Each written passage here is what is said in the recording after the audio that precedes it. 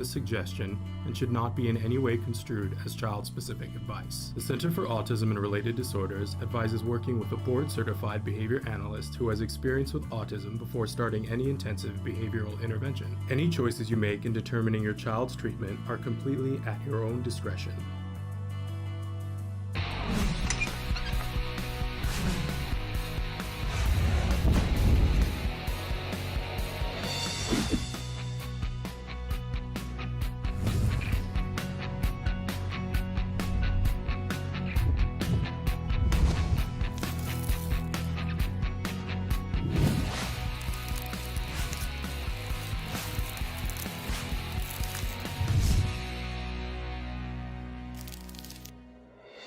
Good morning and welcome to Autism Live. I'm Shannon Penrod and I'm here with our very special guest, Dr. Temple Grandin. Good morning, Dr. Grandin. Great to be here. It's wonderful, wonderful to have you here. And we're so excited. We're live right now. I know we started calling this Temple Grandin Tuesdays, and sometimes we show interviews that we've done with you before, Dr. Grandin. So I just want to tell everybody, I want to tell everybody the date so they can tell when we're live. This is Tuesday, December 15th, 2020. And so we are live this morning. There are many different ways that people can interact. Right now, if you're watching us live, you're watching us on Facebook, YouTube, Twitter, or Periscope. And you can write in any of those platforms your questions and they will show up here on our screens. So that's a really wonderful thing. Later on, you can watch this in podcast on all of those sites, plus places like iTunes, Apple Podcasts, Ghana, iHeartRadio, Deezer, just about any place that there are podcasts, we are available as a free download. So check that out later on. Plus, you can find all the other interviews that we have done with Dr. Grandin. In fact, on our YouTube, there is a playlist that's you can go right there and see all the times that we have had the wonderful opportunity to have her with us. But Dr. Grandin has donated her time this morning to be here. We've got a lot of questions that people sent in ahead of time. Okay. I know it's always disappointing for folks. We'll see how we get through it, but thrilled that you are here, Dr. Grandin. I'm so grateful that you've given us this time. If it's okay with you, I'm going to jump right into questions. Okay, that's fine. No problem. Okay. So Denise wants to know, what was the hardest part of the holidays for you as a child? And do you have any advice on how to help our kids deal with some of the holiday challenges, like schedule changes, lack of therapy, sensory overload? Well, we had two parts of Christmas. We had a small family Christmas, and then we had a big family Christmas, with a lot of relatives over at another house. And we had some rituals I really liked for Christmas. We'd decorate the tree, and everybody would take turns, one at a time, between my sister, my brother, and I, on putting ornaments on the tree. That was something I really liked. I really looked forward to Christmas. Then we'd have a big Christmas party. And sometimes I get a little overwhelmed, but there was another guest bedroom where I could go in and play with some little special toys that my grandmother had. And I liked that. But I was not one of the kids to have the horrendous sensory overload with all kinds of, the noise. And our Christmas parties were, fairly tame. And so I basically really liked Christmas. It was one of my favorite holidays. But the thing I remember really liking is we'd have special ornaments. I had little glass birds with clamps on the feet that we put on the tree, and we took turns. It would take like 2 hours to decorate the tree because the children had to take turns putting ornaments on. Then the grown-ups would, mom and dad would put them on the top of the tree where we couldn't reach, and we stand on the sofa, could get a little bit higher up and get them on the tree. I remember that is something that I really enjoyed doing. Those kind of rituals can be good. And then also not having surprises. That's the other thing. Surprises scare. And then if I got a little overwhelmed when I was at one of the other houses, I could go in the guest bedroom and play with a little magnetic fishing set and a wind-up squirrel that hopped. Well, it sounds like part of the recipe for success was that there was always a place that you could go and play quietly if it got too much for you. Well, and the other thing they would let me do, there was a big hallway, and the other place you went with a mirror at the end. And I like to run down that hallway and watch myself get big in the mirror. That was something I liked to do.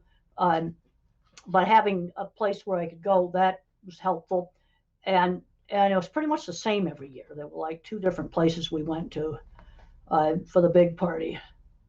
So no surprises and a place where you can go to have some quiet.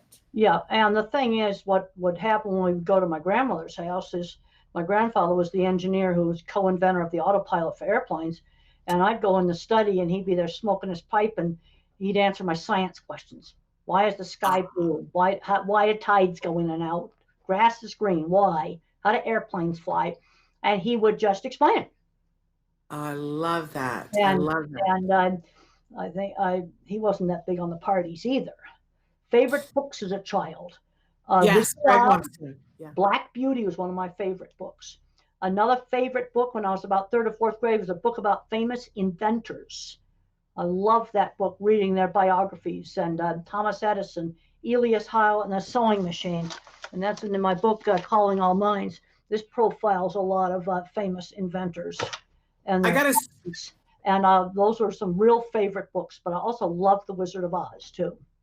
Okay. I have to say about your book, Calling All Minds, each year Autism Live puts out a toy and gift guide, and it's available on our website right now, just as we pick things that we think would be great gifts. And we picked your book and gave it an award this year. In each category, we have different subcategories. So in the caregiver category, your book won the best STEAM gift, because we think that if a caregiver, a parent or a caregiver gets that book, they'll be able to learn all about how their child might be ignited by doing STEAM activities. Because you tell them about some of the activities that you talk about. Well, the projects in the book range from very simple, like cutting out a paper snowflake.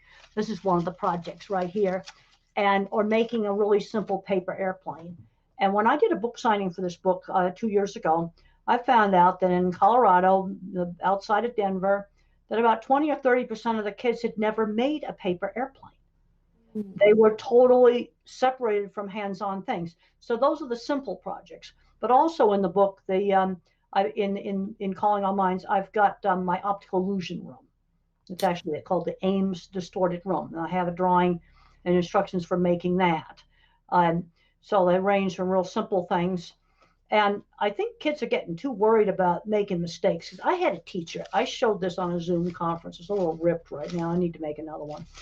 And I had a teacher ask me in all seriousness, what would happen to a kid's self-esteem if the snowflake was done wrong and it fell apart? I'm serious. And I said, I'm not kidding. I am not kidding. And that's during COVID. This is real recent. It was on, right here, home doing a Zoom conference. And I said, you get another piece of printer paper. It's just a piece of printer paper. And you try again. And then if you still don't know how to do it, then I want you to look it up yourself on YouTube, because I'm sure there's videos on how to do it. But they're getting so afraid to make a mistake on something like this. You can learn so much about problem solving by failing. That's it. And you learn from your mistakes, and you're just wrecking a piece of printer paper. Now, I remember when I was about 12, I ruined a sewing project. That was a lot more serious than printer paper. And I got in a hurry and I cut the fabric wrong. And I was making a pair of pants, a beautiful dress pants for my mother. It's a lovely fabric. And I cut it wrong. And there was no way to get more fabric. And this is way before there was no online stuff in those days. And I learned, be more careful. That's what I learned. What an important lesson. What an important lesson. And you survived it. Parker wants to know, do you have any advice for young self-advocates who are on the spectrum, working jobs, but finding some of the day-to-day social and sensory issues a little bit overwhelming? Well, first of all, let's break it down as to where the problem is. Now, one of the things we need to teach managers with people on the autism spectrum is how to take them into private office and just tell them things they're doing wrong, like yakking on and on about the same thing over and over and over again. That was one of my problems. And, I started to make a rule. I can tell that story twice, and then that's the end of it. And I did somebody take you aside, though, Temple, and say to you? Yes. My very first project, steelwork. I criticized some welding, and I said it looked like a pigeon had doo-dooed on it. And the plant engineer, his name was Harley, took me into his little office in the boiler room in private, told me very calmly, I had to apologize for that. Then he explained that Whitey, that was the name of the welder, was they weren't the prettiest welds, but they held. He also explained to me that if I had a problem with the welding, I should have come to him because Whitey was his employee. So he made me go up to the cafeteria and apologize. Now, I didn't tell him I thought the welding was wonderful. I apologized for the rude talk. But he told me what I should do. He was the perfect job coach. What's the noise that's going on? Oh, I don't know. I'm not hearing it. Are you hearing a noise? Yeah, I'm hearing a noise like a hairdryer or something. Oh, no. It might be a little bit of feedback. I'll turn my speakers down a little bit, and then hopefully that'll help. It's still not anything here. It might be your speakers feedbacking mine, but I'll tell you what I'll do. When you're talking, I'll mute, and maybe that'll help. Does this help? Still there. It sounds like a lawnmower. Oh, I don't know what it is, Temple. We're not hearing it, and they're not hearing it on the feed. Now, the guy next door makes sculptures out of logs, and he's using a chainsaw. That's what it is. Great timing. That's the sound. Okay. That's all right. There's no way I can get rid of it. Okay. Well, we're not hearing it. It's not coming through on the feed, so we're all good. Vivian wants to know, she says, thank you for being such a great role model. I wonder if Dr. Grandin could tell us how she is dealing with stress during COVID. Well, one of the things is having a schedule. Get up in the morning, get dressed, take a shower, and be dressed for work. I'm getting up early every morning. There's no laying around in pajamas. Have a schedule, have things to do. It's gotten worse now that it's cold because I was having dinner with my students outside. Now the gazebo's all covered with snow and we can't have dinner. There's like freezing cold out there. And so we're even getting kind of more isolated, which is not good. But having a schedule, and I think I mentioned on your program before about life on the International Space Station. Yeah. And one of the things they've learned, they get up in the morning, they have a schedule, they all eat together, midday meal. And that's one of the things that I really miss is not being able to, get together and eat with people. Now the restaurants are closed. Yeah. But you've got to find things to do. That's what you've got to do. Yeah. I have to tell you, after you said that, it really made me rethink things as a parent. And I talk all the time on the show about doing a visual schedule so that everybody knows what's happening when, and you can look at it and go, hey, what's on the schedule? But we weren't, we were eating dinner together, but we weren't eating lunch together. And I changed what we were doing as a result of it. And it really made a difference because I've got a teenager and sometimes he wants to go and do his own thing. And in the moment, it seems like letting him go do his own thing is the thing to do. But what I found is that that's not a good long-term plan. NASA does the midday meal. That's the big thing that's on the schedule, not breakfast or dinner. And they just do the space station on Houston time. They wake them up, midday meal. Everybody, they've got 7 of them on the station now. They got to all go float around that table at the midday meal and they'll put food down. Well, Kira's asked the question, what do you do if you don't know what to put on your schedule? Well, this is where I've got writing projects. I'm working on another book right now. I've got some journal articles to do. I've been reviewing a lot of papers. I've got to have things to do. Yeah. I've actually gotten back on the drawing board. I just designed a veterinary clinic cattle handling facility for a university. And then my next meeting is with them to discuss the drawing. Well, I'm drawing a miniature now on printer paper. They take just as long to draw as the big drawings. Wow. I'm back doing drawing now, where normally I had other people do that. I'm doing it now. I've worked on like 3 design projects since COVID started. Are you enjoying the drawing? Oh yeah, I like doing them. 2 of them I was able to go to the places, and it was before the COVID got so bad. Wonderful. But you've got to have things to do. Let's use that time to teach life skills. Learn a new skill. Let's do that. Let's learn a new skill. Wonderful. Latoya wants to know, my son is 6 and is into trains. That's all he wants to do is play Thomas the Tank. I want to encourage his interests, but how do I get a love of Thomas to turn into something that isn't little kid stuff? All right. A train is a train. Let's broaden that out into real trains. let's start studying real trains. You see that as a relationship to Thomas. Yeah. Let's do math with trains. We can learn about how a locomotive actually works. You see, this is how I'm getting a train interest there, and I'm broadening it so it's not so fixated. Yeah. That's great what advice. you can do, broaden it. Now, somebody else here is asking about a kid that's dealing with ADHD. I don't know the age of the kid. This is something I like to know. I like to know, am I dealing with a 6-year-old here or 12-year-old teenager? Yeah, Lisa, can you tell us how old? She says, hi to both of you. I was just wondering, my son is high functioning, autistic, and ADHD. What advice do you have for virtual school learning for him? I have trouble with him focusing and whining, but let us know how old he is. Well, I want to know, like, I find that 7. 7. Okay, so it's a little kid. All right, then and they're the ones that are hardest with the virtual learning. I mean, this is one of the reasons people have, thinking, when you look at the vaccine distribution now, I've been reading that, boy, it's all over. Everybody agrees hospital workers should get it. Everyone agrees old folks should get it. But once you get beyond that, it's going to be a giant fight on who gets it. And one of the things I would prioritize, low-income areas, teachers, get them vaccinated, get them back in the classroom with these younger kids. And the 7-year-old would be in that bracket, because online doesn't work very well with little kids. Yeah. They need people. And our little nursery school just across the street's open. I really like seeing the little kids there. Yeah. Playing and doing the normal stuff. I talked to a 2nd grade teacher, that's 7 years old, 2 weeks ago. And she can't get half her 2nd graders to log on, and they're in a low income area. And she calls the parents. They probably don't have internet access. It's just a mess. And these are the kids we need to be getting back into the classroom. And until we can get there, I don't mean to interrupt you. It's hard on Zoom sometimes. Yeah, there's a lot.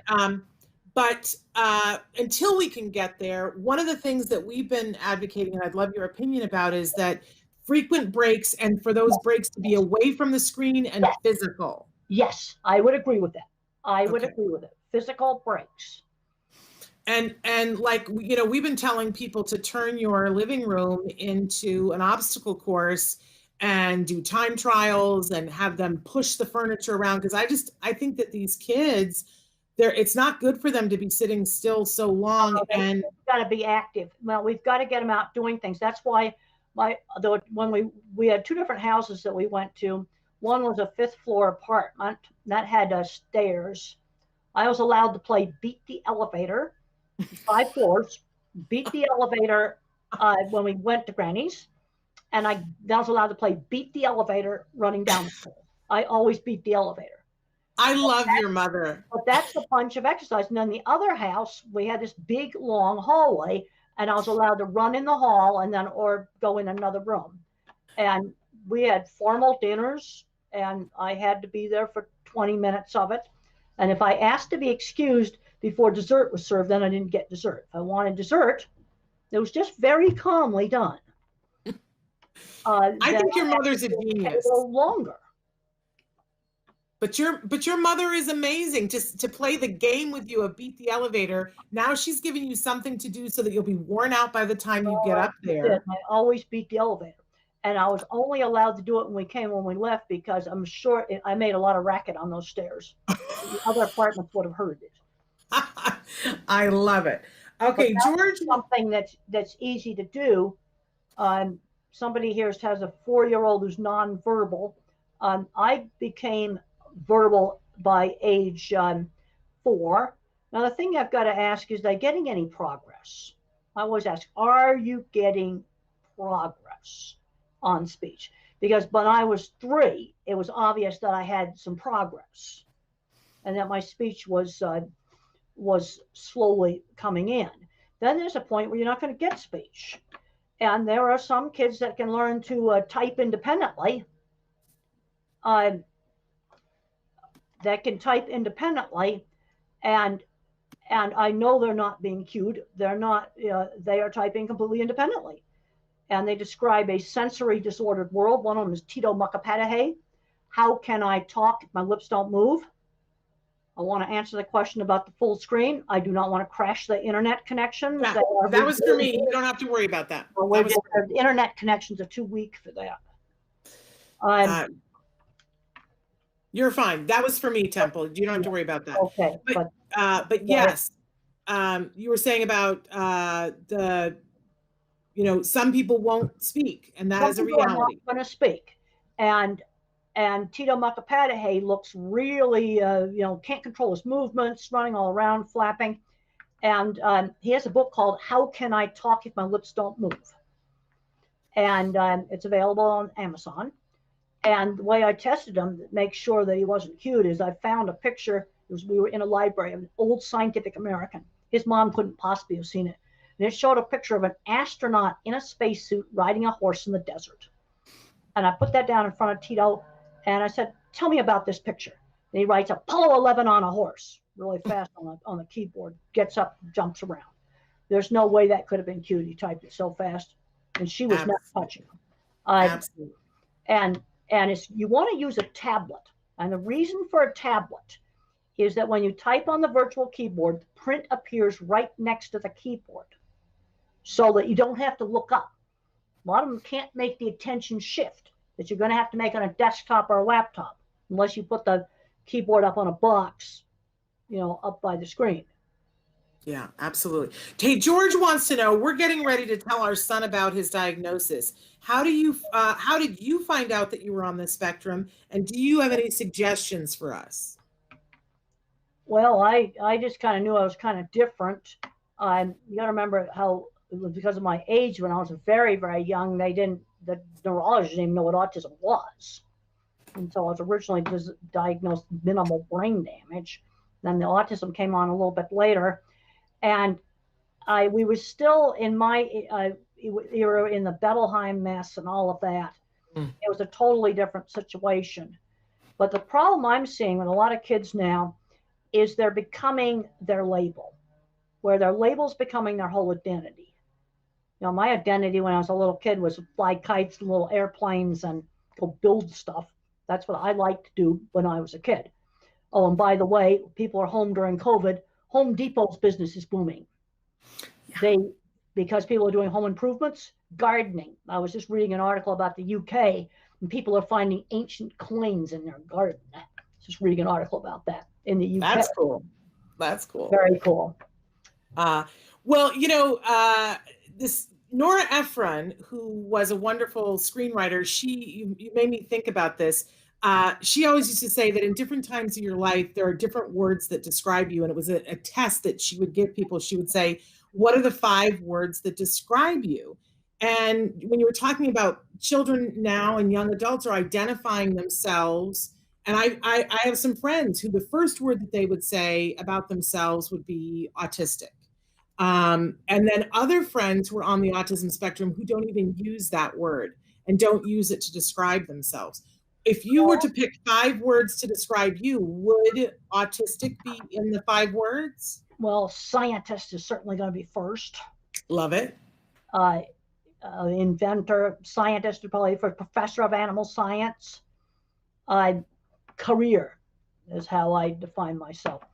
And I've worked with a lot of undiagnosed people on the spectrum on the construction projects that we worked on, mainly steel and concrete construction and machinery. And about 20% of the people I worked with back in the 80s and the early 90s were either autistic, dyslexic, stutterers, or ADHD. Yeah. And they're not being replaced. And I think one of the worst things the schools ever did was taking the skilled trades out of the schools. The high-end skilled trades like plumbing, electrical, heating and air conditioning, welding. They've got the stuff in the community college, but you need to be exposing kids younger. We've got kids growing up that never used tools. And these people are not getting replaced. We're actually losing skills. There's some stuff we don't know how to build anymore, like poultry processing plant, for example. Yeah. And it has to do with taking skilled trades out of the schools 25 years ago. Really. Well, I think this sort of feeds into our next question. Beirut wants to know, Dr. Grandin, what kinds of toys ignited your imagination when you were a child? I loved anything that flew. Kites, wind-up airplanes. In Calling All Minds, I have my parachute project where I figured out how to use bent coat hangers to spread the strings apart so it would open more easily when I chucked it up in the air. I used to fly all kinds of kites, and I just loved that kind of stuff. That's things I really liked. I also really enjoyed toboggans and sleds and all of that kind of outdoor, winter outdoor activity. When we were doing the toy guide, I don't know if you remember, I had a conversation with you and I had asked you sort of this question, and you had said the thing about anything that flies in a kite. So we included a really good kite that's sort of a foolproof kite in the toy guide.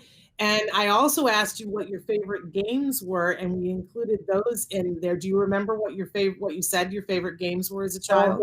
Little kid, they didn't have little kids board games right after the war, so. Well, I meant a little bit older. Yeah. Yeah, they only played Parcheesi, Chinese checkers. Those were board games. I had one of those hockey games where the players move in and out. That was one of my favorite things. We used to just fill the whole hockey rink up with marbles. and then do it. We thought that was a lot of fun. But that was one of my favorite things when I was in elementary school, was this table hockey set. I love that. And well, on that day, you told me Monopoly and Scrabble, that those were your favorite. I liked Scrabble. Monopoly, we never managed to finish a game of Monopoly. Scrabble, I really liked. We're cutthroat. We can always finish Monopoly. Somebody always is the big winner. We never ever finished Monopoly. I love it. Going for several weeks. Oh, wow. Yeah. What about puzzles? Did you ever do puzzles on the dining room table? Yeah, we sometimes did some puzzles. Yeah. I can't say we're a huge puzzle family. My mother was very artistic, and I can remember her working with us making Halloween costumes and all kinds of fun stuff like that. I remember one time getting big balloons and put paper mache on the balloon to make a mask, a big ball mask you put over your head, and then we'd paint them with poster paints. Oh, I loved all that stuff. Right now, we're getting ready. One of the things that we put in the toy guide, a company named Rebbit does puzzles, but they're 3D puzzles. So you're building a structure, and a lot of them are Harry Potter themed. So you have to build a puzzle. So it's kind of like a cross between a puzzle and a Rector set, and you build Diagon Alley. Oh, the next door neighbors had a really wonderful old-fashioned Rector set. Oh, yeah. The old-fashioned one where you had little bolts and stuff on it, had a little motor, and we loved that. That was that's cool. In the next door neighbor's house. Mitch wants to know, did you like how you were portrayed in the movie Temple Grandin? I thought they did a very good job. They showed visual thinking really accurately. And in a lot of my talks, I've talked about how I'm a visual thinker. I think in pictures, the movie shows that absolutely accurately. Then there's other kids that are more of a mathematical thinker. They think in patterns. It's a more visual, spatial, to think graphs, patterns. And then you got your word thinkers. These are the kids that love history, or they love the facts about their favorite, movie stars, baseball teams, basketball teams. Those are kind of the different kinds of thinking. But you liked Claire Danes, what she did when I thought Claire Danes did a great job. I gave her old VHS tapes from the late 80s and early 90s. And she played them they put them on DVDs for her, and she played them over and over again. And she became me. And all the projects I did are real. The projects are accurate. Now, there's some stuff they had to compress and change around, make a 2-hour movie work. But the main characters I thought were very nicely presented. Yeah, it's wonderful. We all love it. Saru wants to know, I'm curious to know if Dr. Grandin feels that she has been more discriminated against for being a woman or being an autistic, and how did she overcome this discrimination? Oh, being a woman in the early 70s, when I first started working in feedlots, being a woman was 10 times worse than autism. Autism never even came up. It was being a woman. And then when I finally, got some jobs, I remember I worked for a construction company for a year and a half. One of the vendors had a client appreciation party. I was told since I was a woman, I absolutely could not go. Yeah. Wow. 74. Wow. Yeah. And now, Temple, now is it still equal and even, or well, things are way better now. Like when I did animal science, and this would be in the early 70s, there were very few women. Now 80% of the class is women, and we're getting lots of women going into the industry now. I have students that are management positions at beef meat packing plants. Things have changed a whole lot compared to the 70s. And the scene where they put the bull testicles on my car, that happened. That's true. Really? Yeah, that is true. But now, I know the last time you were on the show, you were talking about a friend who was trying to get their pilot's license and couldn't because That was autism discrimination. You see, this gets into whether you should disclose. And all through my career, I never disclosed. I would say things like, with something was secret, I need to make a pilot's checklist. Let me just write down and make a checklist of how to work this machine or how to set up the dairy equipment. But there's still enough. If I would suggest, if you're really stable in a job, I would not disclose. Okay. But then other things, you get people where they're a bit more obvious. Yeah, then probably a good idea to disclose. But unfortunately, here's another discrimination thing.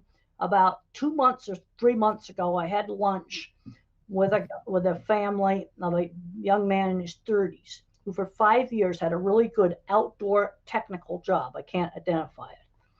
And he disclosed, and I got rid of him. Oh no! It's terrible. It is terrible, and we should say it is illegal. It's immoral. It's wrong. But I appreciate you giving the truth to people that they need to protect their jobs. Well, the other thing I'm going to recommend to everybody is you protect your portfolio, because when you're different, you need to show your work. Now, I think on this program before I showed off some of my drawings. Yeah. And the way I would sell a job is I just would lay the drawings out on the table, just like it showed in the movie, put pictures of jobs out there and brochure and some trade magazine articles. It would sell the work. So let's say you're doing work for somebody. Well, there's programming. You've got to keep stuff for your portfolio, period. And you keep it at home and you keep it in hard copy. Okay. Because if you leave suddenly, you've got to have portfolio to get your next job. Then you have the whole problem of what if it's confidential? Well, what I'm going to do with that, I can break it up in little pieces and I can put it on an iPad and stick it in their face, eyes only. Yeah. I won't let them have it. But good point. You've got to have, I've heard sad stories about, this was about 20 years ago, a lady that worked on designing stuff for cars. And all she had for a portfolio was some obsolete disk drive thing that was unreadable. No, you put it in hard copy, paper copy, and on electronic flash drive or whatever. Yeah. And because you've always got portfolio for your next job. It's great information. Sally wants to know, do you meditate? And if not, how do you cope with compulsive thoughts? Well, when I've been on antidepressant medications since my early 30s. And it stopped all the colitis attacks. And if you want to read about that, I'd recommend just reading my experiences and thinking in pictures. I have a whole chapter on anxiety. Antidepressant drugs saved me. Now, other people, I had somebody ask me, now the other ways to calm down. Exercise, vigorous exercise. Also, meditation, mindfulness training. These are all things to help you to calm down. But my anxiety was so bad that I had nonstop colitis. And when I went on the antidepressants, the colitis pretty well stopped. My nervous system was just so ramped up, anxious. Sorry, I had a coughing fit. I apologize. And so I muted. Excuse me. Candace wants to know, Temple, did you ever consider having children? And did you ever babysit? No, I did not babysit, and I've just always been single. Wonderful. Heather wants to know, I have a 4-year-old daughter who's hyperlexic and autistic. She has struggled with pragmatic communication and not potty trained yet. She loves to learn and finds interest in things above her age level. She reads on a 2nd grade level. Favorite book is the dictionary. Yeah. Should we continue to allow her to learn such a variety of things, or should we focus more on structured learning environment? Well, I want if a kid can read, give them harder books. If they're good at math, give them harder math books, and give them the old-fashioned math books. Give them old-fashioned math books, not this new stuff, and move them ahead. But on the other hand, we've got to learn basic skills, because I'm seeing problems like a 16-year-old student that might be an honors student on the spectrum who's never gone shopping by himself. That's totally ridiculous.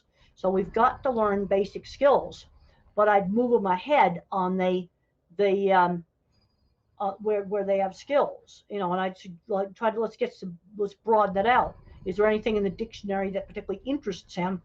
And then maybe we can learn more about that subject. Now, another parent here on the chat that's got a 6-year-old son obsessed with ceiling fans and car keys. Well, you can learn how a fan actually works. You've got mechanical stuff there. You've got your math stuff, how many rotations it does. You see how I'm taking that interest in a fan and I'm broadening it out. One of the things that we loved when my son was little, there's a show, and I know it's still available online, called How It's Made. Yes, and every single episode, they show you a thing, and sometimes it's something that and other times it's not, but they'll take you through all the different parts of the factory, and they show each part of the fabrication and how they put it together. And sometimes there's a voiceover that explains what's happening. But we watched that every day. My son was glued to it. And, he would want to take things apart. And when we could, we let him take things apart. Then we want to encourage putting them back together. So that was the hard thing. What you got to do is when you take it apart, line up the parts. So that you now will remember the order they go back together. Oh, see, I needed you then, Temple. That's what you want to do. You want to line up the parts in an organized way, so then when you put it back to order in the same order, it'll be more obvious how the parts go back together. I remember standing with you at NASA, and you were talking about taking something apart and how they have the sticky mats at NASA so that they could stick the parts to it. I just had a flash of a memory of that. That would do that in weightlessness too, so they're not floating around. Exactly. Just have a little sticky thing to put them on, because you can't put a piece of Velcro on a small part. So that makes total sense to do that. Sometimes the solution to a problem is fairly simple. Yes. Mary wants to know, I have 2 boys on the spectrum. My question to Temple is, should I reach out to the local college for a mentor to help my 19-year-old son? He's in the higher functioning side, but he has a hard time finding a girlfriend, which he's so desperately looking for. Please help with your thoughts. Thank you. Well, when marriages have been successful, it's usually through shared interests. Like 2 computer programmers get together. My friends in high school and the few places where I was not bullied was friends who shared interests, riding horses, electronics, the shared interest sort of thing. Okay, another parent here is talking about a young kid that wants to line up blocks. What you want to do with some of these activities like that, turn it into a turn-taking game, because it's extremely important to teach the little kids how to take turns. That was drilled into me, absolutely drilled into me, to do turn-taking. And you have to learn how to wait and take your turn. And my speech teacher had a lot of emphasis on that. So you could do, let's say he's lining up blocks of different colors. Let's take turns lining them up. So you turn it into a little turn-taking game that gets social interaction. Wonderful. Carol says, my son had to distance learn since the end of last year, and he loved it, mostly with his math class. But what advice do you have for educators to help keep their students engaged, and how are you doing this with your classes? Well, I discovered the flipped classroom before I knew what it was, because I did one disastrous PowerPoint online. So what I ended up doing was putting the PowerPoint lectures up on recorded. They can watch them, turning the class into discussion of the PowerPoint. In other words, use the live class period for discussion. That's the reason why, like on this broadcast right now, I like doing interview format, because I found that works better online. And I said, yes, you're responsible for everything in that lecture, especially the text on those slides. You're responsible, so you better look at them. Otherwise, you're going to have trouble with the final exam. I also found that a good online class is 3 times more work, because we had our discussions, but then we also had the discussion board. And I was getting on that almost every night for 15 minutes to an hour and a half to answer the posts of 60 students. Right. And they'd get to where they wouldn't post anything, so the TA would remind them, and then I was on it for an hour and a half answering. But it's a ton of work to do it right, because I've talked to other students where their online classes have been absolutely awful. Canned PowerPoint slides read, no professor interaction on the discussion board, on the typed discussion board, and no interaction on Zoom or Microsoft Team or some other platform. I'm not going to say my online class was the best, but I know it certainly wasn't the worst online class, because I have been told, people have told me about the worst ones. Well, I'm glad you're bringing this up, though, because somebody the other day, I'm a former teacher, and somebody was saying that one person was saying, I feel so bad for the teachers in COVID. This has been so hard for the teachers. And another person said, why does everybody say that? I don't understand that. They've got it easier than everybody else. They're not in the classroom. They're not having to deal with the behavior. They just have to have their lesson plans. And I think you just gave the master class in why it is so hard for teachers, because if they do it right, it's more. I talked to a second grade teacher 2 weeks ago. And if this program's watched in the future, that would be, during COVID. Right. And half her second grade class is not logging in at all. Yeah. And she tries to call the parents and they don't answer. Yeah. So half her class is getting no lessons because they haven't even logged into the site. That's atrocious. And that's in a low income area. Yeah. And that's a very bad situation. It is a bad situation. It's not equity. I mean, like, everybody doesn't have the same opportunity. It's horrible. And hopefully we're not going to have to do this that much longer. Well, a lot to get all the vaccines out there. Yeah. But I agree with you. The teachers should be prioritized for vaccines. Well, Bonnie especially younger kids. And if they get vaccine early, they got to get back in that classroom.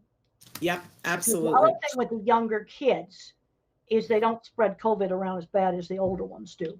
But the younger kids, I mean, I've seen too many kids with autism addicted to video games, and they don't go anywhere. Then you got to replace the video games with something else. And there's been some successes with replacing them with car mechanics. That's three cases where the kid decided, this is an older teen or young adult, that car mechanics was more interesting than video games. But it had to be introduced slowly, then wean off the video games slowly. Now, I'm going to have to go on another meeting in about 7 minutes. Okay. I've got that you've got 2 minutes left. Is that accurate? No, I could go another couple of minutes. Okay. So Bonnie wants to know what helped you to build conversation skills. I want to help my 7-year-old to be conversational. He's functionally verbal. He requests with sentences and points. He can answer yes or no so far, but he does not have spontaneous conversation. Well, one of the things that helped me, I got to be a great question asker. Why this, why that? And so I went from not talking at all to maybe too much talking. The other thing that we always did, and this is a real 50s thing, and I think this is one of the reasons why some of the grandfathers that were, didn't have much speech delay find out they're autistic when the kids get diagnosed, but granddaddy had a decent job as a NASA engineer or some other decent job. Sit-down meals where you take turns telling about your day. That helps to teach conversation. That's a typical 50s upbringing. Okay, let's say I reached across the table for the mashed potatoes. Mother didn't scream no. This is typical 50s. She'd say, ask your sister to pass it. If I went over to the next door neighbor's house, we had a sit down meal and I stirred my drink with my finger. She'd say, use the spoon. They would give the instruction. And that was done with all kids in the 50s. That was a normal 50s upbringing. And this, it's something it takes time to do. Yeah. Well, but I again, I'm going to say how much I love your mother, because she was doing things that we can all learn from. I love that. Was so pivotal to me when my son was young, and you said, don't say no to him. Tell him what to do. It's very hard to do no. Yeah, it's telling him what he should do instead of screaming no. Tell him what he should do. Exactly. That's what was done with me. I think this might be our last question. Jenny wants to know, what is your opinion of the RPM, the Rapid Prompt program? It's the only way my severely autistic adult can communicate with us. If it works, this is the engineering mentality. You do stuff that works. Tito Makapate had that method. He types independently. What happens with him, after he typed Apollo 11 on a horse, he then had to run around and flap before I could ask him another question, because it takes tremendous effort to screen out the sensory jumble. And the thing that you have to make sure is the typing truly independent? There's another book coming out that I got sent a review copy on about a girl named Emily. And she, there's the review copy. It's not out yet. I just got a review copy. I have been buried under the dust, and she's typing independently. In fact, I talked to the mom, and we went over all the things to prove independent typing. And that's the title, I Have Been Buried Under the Dust? Yeah, that's the title. I Have Been Buried Under the Dust. This is a review copy, and it's going to come out, I think, this summer. It's not out yet, but I was, sent it to read, and she has beautiful writing. Yeah. But the thing you have to, there's all this controversy about the stuff.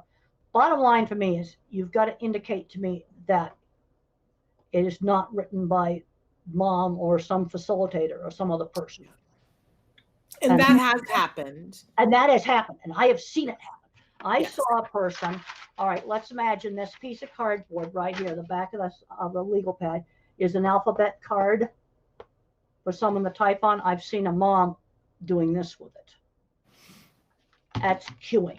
You absolutely cannot touch the device. Tito's keyboard was on the table, and her keyboard, it's an iPad on an easel. It's very important. The device is not touched. And mom was doing this to her sleeve. The other thing, you can look at things like typing speed.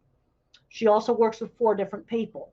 The writing, when I talked to mom, the writing, the editor of the book wanted to edit some of her writing, and mom says, no. And I said, good, you don't let the publisher edit that. Yeah. Really important that it's her writing. And and the name of the author? I can tell you another way you can prove it. Valerie Gilper, Gilpeer, Valerie Gilper. Another way you could prove it, that a facilitator didn't write it, is there's artificial intelligence programs where you could run the writing through and show that there's no difference. Also, another thing she told me is they're Jewish, and one of her therapists that she works with asked what Shabbat was, didn't have any idea what it was. It's a Jewish, well, that's another indicator. If somebody else is the author, they wouldn't be writing about stuff they don't know about. But the writing is beautiful, and we need to pay homage to that, because the thing is that some of these people that are nonverbal, they have like a locked-in syndrome, sensory jumbling. She describes the same kind of sensory jumbling that Tito describes, that Carly describes. That's another one, Carly's voice. And then there's Noki, the Japanese boy, the reason I jump. Yes. And then fall down 7 times, get up 8. That's right. So these are verified to type independently. But I was at a conference last year, and they had this alphabet board moving around. I want to promote tablets as the thing to type on. Yeah, absolutely. And I don't care. You lay it on the table, put it on an easel. Cannot touch the thing that they communicate on, the device. Very important. You don't touch that. Another thing, look at the speed of typing. Tito types so fast, there's no way she could be cued. Yeah. And so the thing is, we've got some people that look horribly challenged that actually have a locked-in syndrome, where there's a good mind inside there. Yeah. And then there's others where the facilitator was the author. That's the problem. Yeah. And one of the things I did that I told the mom, I said, I want an appendix in this book with bullet points to prove that she's typing independently. She says, well, they're scattered around the book. I had to look for them. Right. But you're convinced that it's really her voice. Independent, and I gave a blurb for this book. How wonderful. How wonderful. But I had to be convinced it's independent. And the device said, I said, where's the iPad? And she said, it's on an easel on the table. Yep. She likes an iPad, not one down on the desk. Dr. Grannon, I know you got to go. Can you just briefly show us a couple of your books? I know you got a couple laying around the table. One of my newer books is The Way I See It. That's my most general book on autism. A lot of little short chapters. We just updated this last year. Covers a wide variety of things, and including there's a chapter in there about Tito. And And when Tito came to visit me, Mom says, Tito wants to tell you about autism. I said, we're not talking about autism. So I pulled it. There's a big stack of Scientific Americans. I went to the bottom of the stack, pulled out a magazine, opened it up, and there's this weird ad with an astronaut on a horse. And I said, this is what I put it in front of Tito, and I just said, tell me about this picture. And he goes, boom, boom, boom, boom, boom, Apollo 11 on a horse. Wow. Real fast. And then he got up and ran around and flapped. Amazing. I don't want to make you late to your appointment. I didn't know about the picture until I pulled it out of the bottom of the stack. I hadn't seen it either. That's why I picked it. Very cool picture. Dimple, we so appreciate all that you do for the community and for being a friend to Autism Live. I know you got to get to an appointment, but thank you very much. Happy holidays. You stay safe, okay? Okay, well, thank you very much. It's great to be here. And we just want to take people and help them to be everything that they can be. Yeah. And we'll see you back in 2021, okay? Okay. Well, have a good holidays. And you too. Much love to you. All right. I'm gonna and give our love to your mom as well. Did you leave the meeting? I just X out of this. Yeah. All right. Yeah. That's what I'll do. Thank you. Bye. I'm gonna leave the meeting. Yeah. Bye. All right. Take care. Bye-bye. Good morning and welcome to Autism Live. I'm Shannon Penrod and I am here with the fabulous, the wonderful Dr. Doreen Granpeesheh. We're so grateful to have her with us this morning and to have you here with us. I have to be honest with you, this is our last Ask Dr. Doreen of 2020. And I know we have lots of feelings about that, but I think we're all prepared for it to be 2021. Isn't that funny how we're like, as if the changing of the year is going to make it all better. But let's put this puppy to bed, right? So Dr. Granpeesheh is here with us. I'm Shannon Penrod, but she's the star of the hour. She is an amazing expert in the field of autism. She's the founder of a couple of organizations that I really love, the Center for Autism and Related Disorders, also known as CARD. She is also the founder of a wonderful charity that is Autism Care Today that has done so much for so many. So we're so lucky to have her here. She, as I said, she's a true expert in the field of autism, has been working in this field for years, way more than she should admit to. Look at how young her face looks, but has been working with all kinds of individuals on the spectrum. So Dr. Granpeesheh, good morning. Good morning, Shannon, and good morning, everyone. It's lovely to be here, and I am thrilled that we're ending this year. Right? Never have we been so glad to be like, that's over. Yes, honestly, it's unbelievable. Well, but hopefully we're going to come out of this knowing things that we didn't know before. I'm grasping at straws for how to look at the bright side of all this, right? Just because, it gets thinner and thinner, the ability to do that. Hey, we got to tell you that this whole show is meant to be interactive. We're going to be with you for as much of the next hour as we can. We've had some technical issues this morning, but we're going to be on the air as long as we possibly can. Right now, we are live on Facebook, YouTube, Restream we're always on. But so Facebook, YouTube, Twitter, and Periscope. And we hope that you will write in on those 4 platforms and it will show up here on our screen so that we can, and people are already writing in. Good morning to Angel and Amanda and Yazbel. Buenas tardes to you. Avani, Rosario, and Lizzie, we're saying hi to Lizzie. I was going to say the last part of it, but anyway, thrilled that you guys are here with us and ready to ask Dr. Granpeesheh some questions. Let me also say that if you want to watch the show later on when it podcasts, it's available on all those 4 places that we talked about, plus on our homepage, autism-live.com. And they're on every place that you could ever want to find a podcast where you download it for free. That's our one thing, is we like for it to be free for you. So we are on iTunes, we're on Google Podcasts, we're on Ghana, you name it, iHeartRadio, Spotify, Deezer, we're there. So check us out in all of those different places. I will tell you that after the show on Friday, we're going to be taking a little bit of a hiatus for Autism Live from live shows, but you will still have the opportunity. In fact, I don't know if you know this, Dr. Granpeesheh, but we're going to play a marathon of Ask Dr. Doreen. Oh, wow.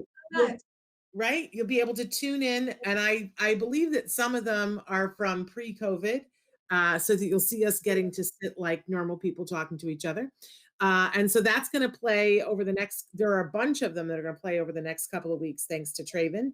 And you'll have plenty of opportunity to get your Autism Live fix if that's your thing. So so thrilled that you guys are all here.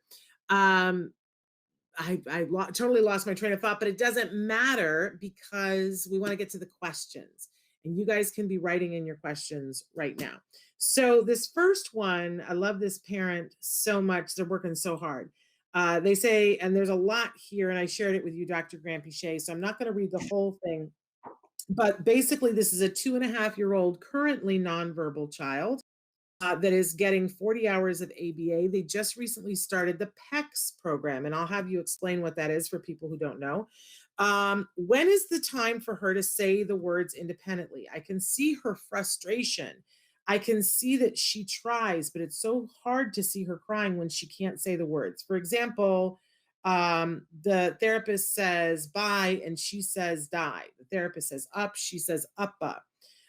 Shannon, I know you gave us examples when kids were learning how to walk that they keep falling, but you can't stop trying, right? It's just so hard to see. I just don't know what to ask both teams. And by that, I think she means the ABA and the speech team. I'm going to ask you if you feel the same way.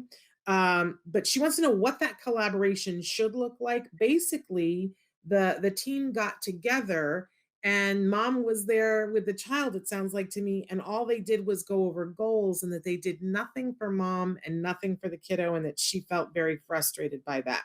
She wants you to know that her child can repeat echoics at least 8 sounds. She can stay at a table to work for 10 to 15 minutes. She can man for at least 4 things with PECS. And she has been on the gluten-free, casein-free diet with no MSG since she was 1.5 years. She has a question about apraxia. She's heard about it, but wants to know if her daughter is too young to be diagnosed. And she is deeply appreciative of you, Dr. Grant-Pichet, and any advice that you can give her.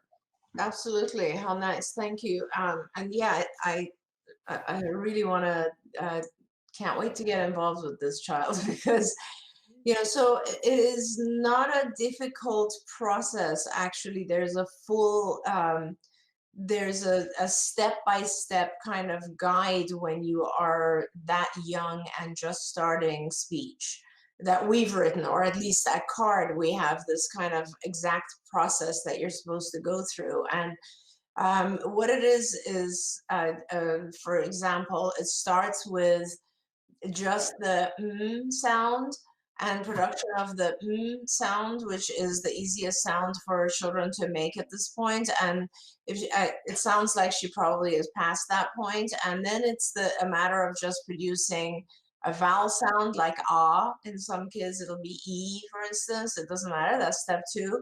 Then it's about putting it together and producing ma.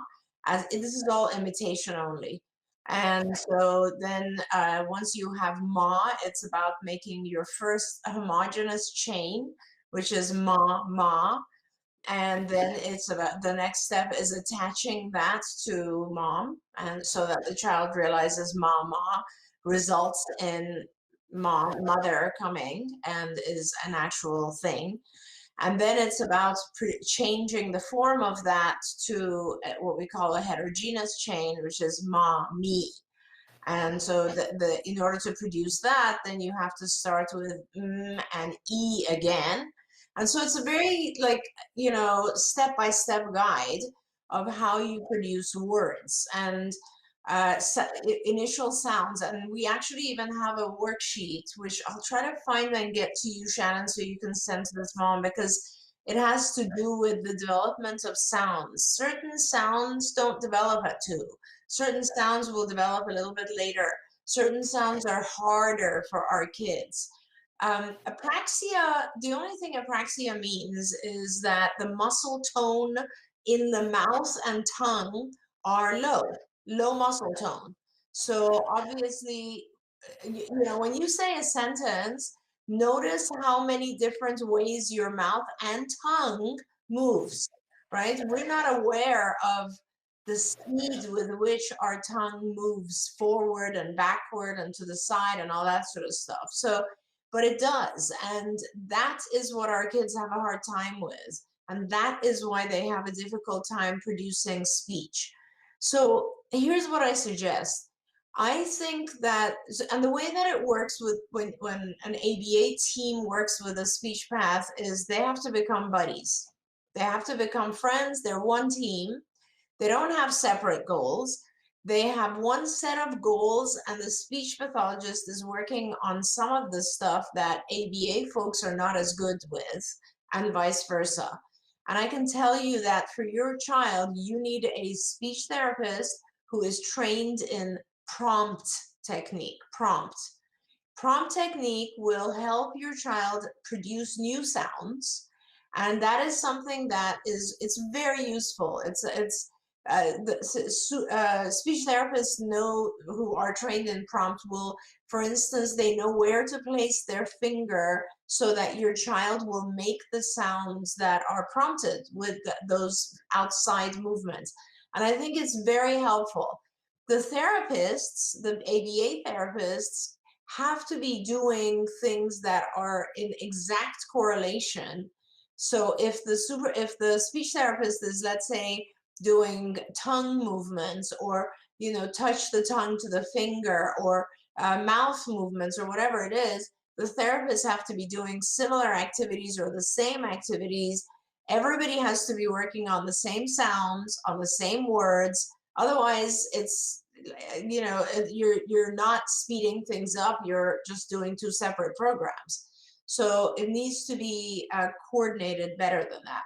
And I saw there was another question that passed that had to do with apraxia. For apraxia, there's a lot of stuff that you do, which basically you just do oral motor exercises of any type and stimulation inside the mouth. So there's a lot of equipment that you can purchase, even like a electric toothbrush will help. What you're trying to do is activate all the cells inside the mouth and the tongue.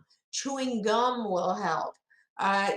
Blowing objects like party favors or blowing out a candle. There's a lot of oral motor activities. We actually have some of them listed in skills.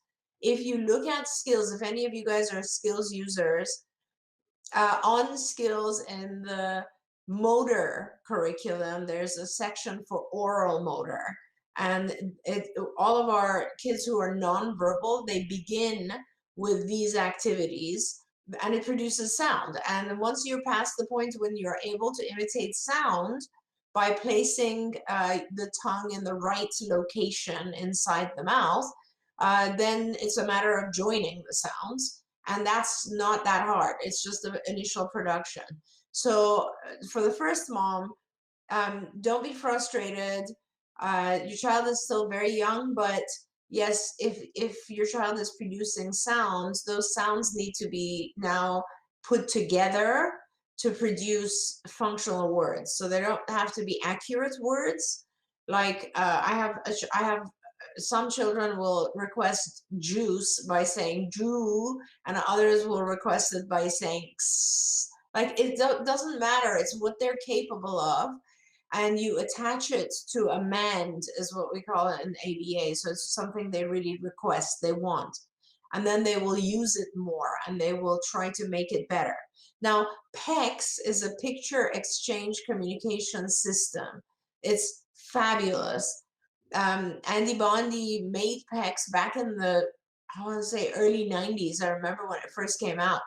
And it is a really good system. It's a visual iconic system for communication. So you know how we type on a keyboard and letters represent sounds or words? Well, PECS is the same thing. Pictures, little icons that represent words. And for children who have a very difficult time becoming verbal, we often use PECS because it's important to give the child some way of communicating. And so instead of, if the child can't say, I want a break, then at least there's an icon they can give you that's for them to get some time off, right? A break. And parents always ask me, should I do PECs? Will it slow down the verbal? It doesn't slow down verbalization if you use it right. First of all, if there are important, I guess, requests or anything that the child needs to be able to express, and it's too difficult for the child verbally to do so. In other words, the child is still at, let's say, single sounds in imitation only, then yes, use PECs, because we want to make sure the child is able to have their needs met. That's extremely important. If your child has needs and they can't express those needs vocally, they're going to become, there's a likelihood that they might become aggressive because they're frustrated. Nobody understands what they want. So PECs alleviates that, right? And allows the child to communicate non-vocally. If your child is quickly developing speech and vocal language, then you can always do PECs, but pair it with a vocal expression. So, the child wants to go out, they can give you the out picture or the out icon, and you can then also still model and require the child to say some version of out. So that way you're pairing the vocal with the picture, and before you know it, you will be able to drop the picture and your child will just realize. The way we do it is like, with PECs, initially you'll have a PECs board, you'll have a big board somewhere in your house or in multiple rooms with these icons on Velcro. So the child can kind of take them off and give them to you. You can have a book which has these icons in it that you've made. And every PECs book is different because it has to do with the child and what they want, right? But over time, let's say the child wants to go out, you can put that particular icon right by the outside door. And so the child is prompted, when they want to go out, they have to take the icon, give it to you, or point to it, or eventually they could just say out. And that fading process does happen as well. I went on and on about 5 million things. But it was so good, and they've written in so many different things. First of all, I want to address, somebody wrote in and said that I've read and seen that it's possible to teach nonverbal children to talk.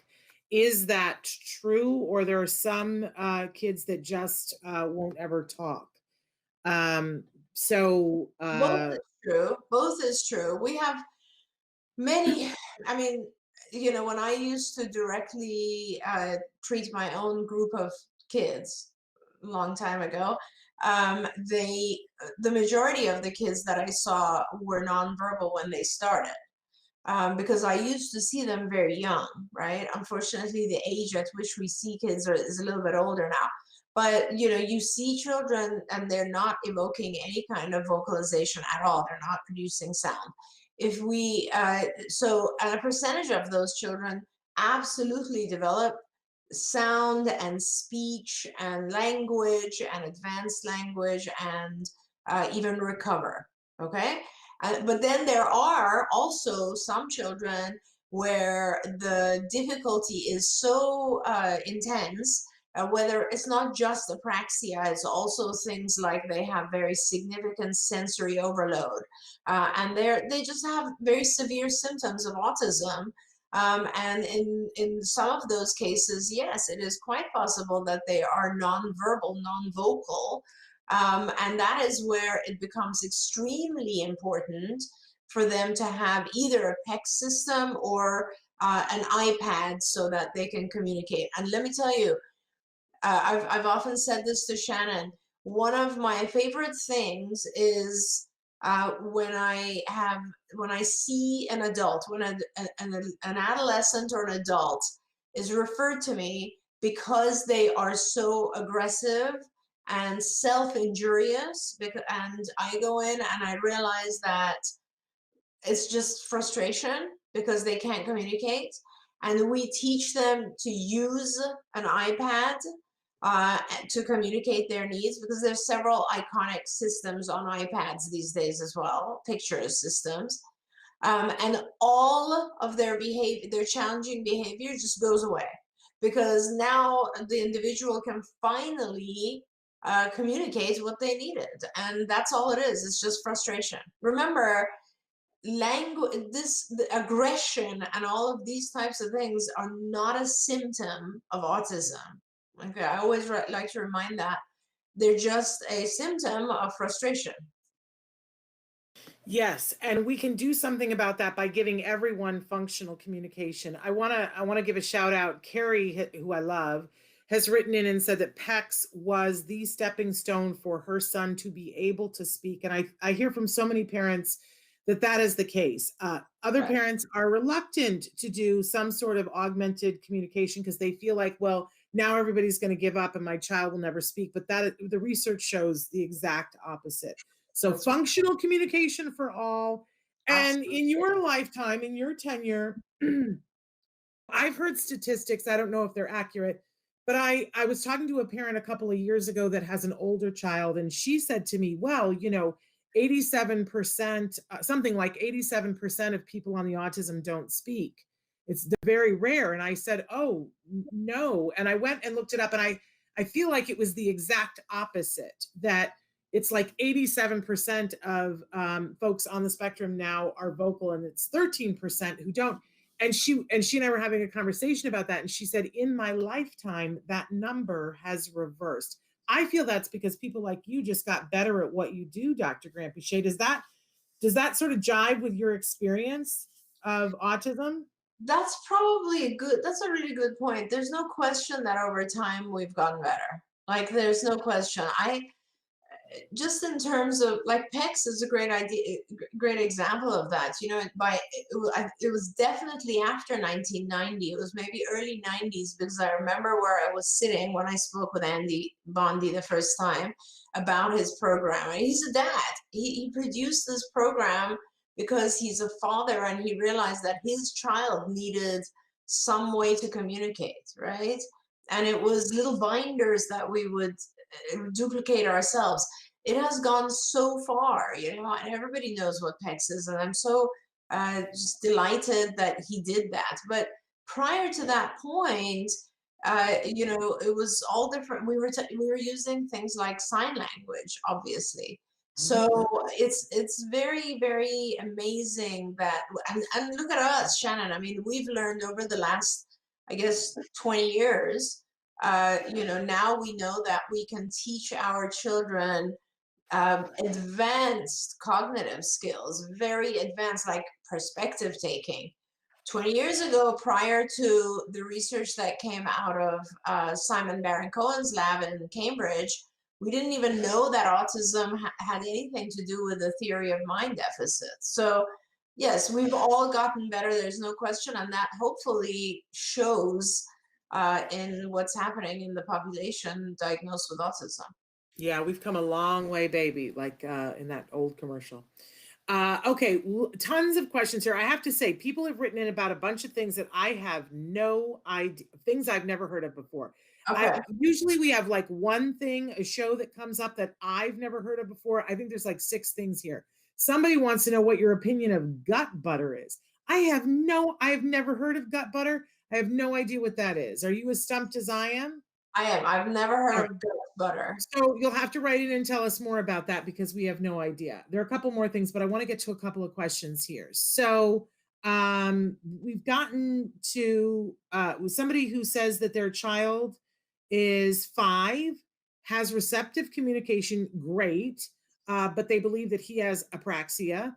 And you've talked a little bit about that. Currently, he has ABA, 30 hours a week, speech therapy, and OT. He communicates with signs, gestures, and his speech device. He is motivated to make sounds. So does Hmm. that sound like the prescription for you, Dr. Granpeesheh? Should they stay the course with those things? Yeah, the hours sound good. Good job. That those hours sound good. But I would insist, if he is able to make sounds, that you start requiring some sounds for his commands or his requests. So when he wants an object, start requiring sound.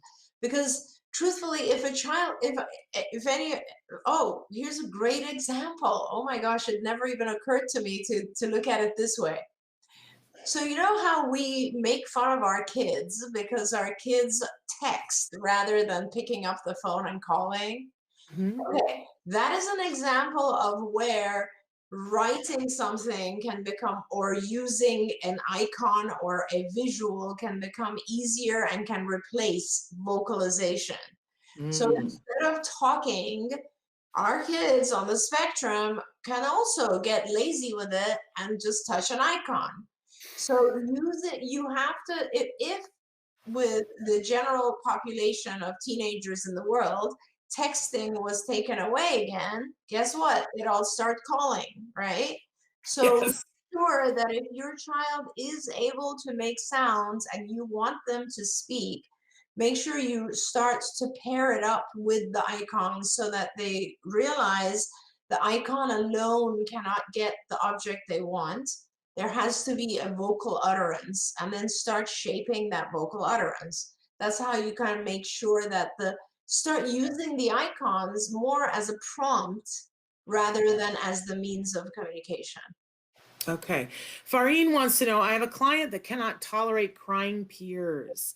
In the past, the BCBA did not FCT ask for headphone or go away, but his behavior hasn't decreased. I'm intervening, tolerating crying for 2 seconds and making a comment on crying kids instead of hitting them. So I hope that makes sense. So that sounds like that they're probably a BCBA or at least a behavior therapist. So again, they can't tolerate crying peers. In the past, I don't know what a FCT is. Ask that might be a misprint, but the past BCBA made them ask for headphones or to go away, but the behavior didn't decrease. Now this person is getting them to tolerate crying for 2 seconds, and then that they get to make a comment, I think is what it is, on the crying kids instead of hitting them. Do you Okay. want to give them any advice?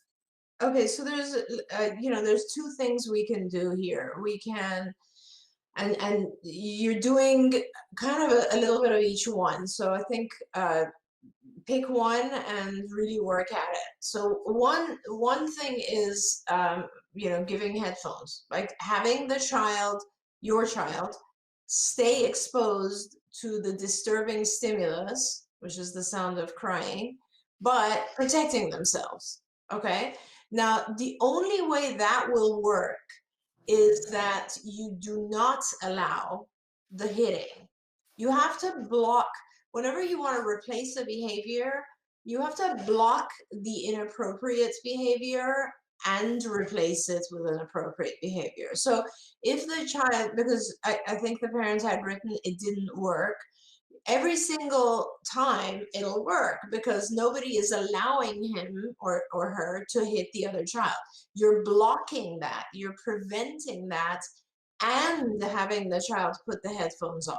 Okay, then you do that 100 times, then gradually your blocking will get less and less because then you'll just hand the child the headphones, and then gradually you don't even have to be there because you can put the headphones around the child's neck or something, and it looks pretty cool, and then they know how to do that. Okay, so that's one direction to go, and if you do it with a lot of attention, it will work. Another direction is for the child to remove himself from the environment, which certainly you can do.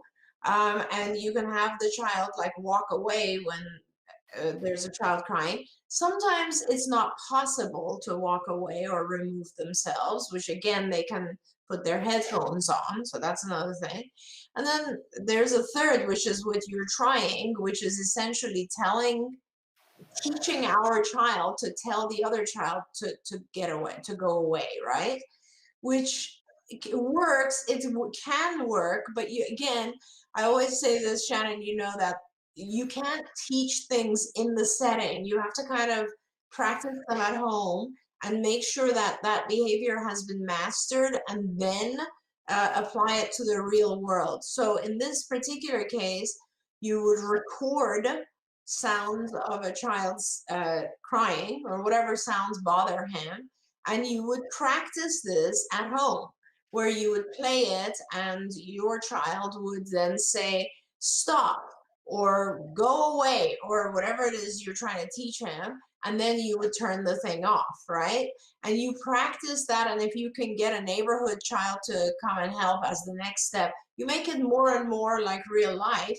And then you practice it in the school setting, and see how that works. But, I think it's a little bit more difficult to tell other children to go away. Like, let's say your child is in the playground.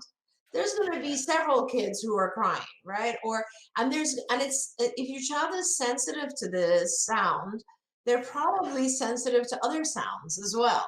So my preference, if I was choosing the intervention, I would probably choose the noise canceling headphones, and I would really practice and work at that. Okay. My son is 4 years and 10 months. He's doing home ABA right now. The therapist told me his ability is like a 2-year-old right now. I meant to send him to inclusion for first grade. Is this possible? And is there an assessment I can do to see if he's ready for general education? Okay. So he's 4 years, 10 months, almost 5, doing ABA at home. Therapist says he's functioning at a 2-year-old level. Mom would like to do inclusion. Okay, so and this is a live question right now, right? So, Yes, they're there. okay. They're there. So my recommendation is, and then I would like to ask you a question.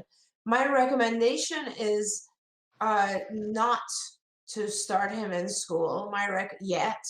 My recommendation is to, if you can, he's only 4, use 1 more year at home of doing intensive ABA, so that he is more prepared when he goes into general ed or whatever school program.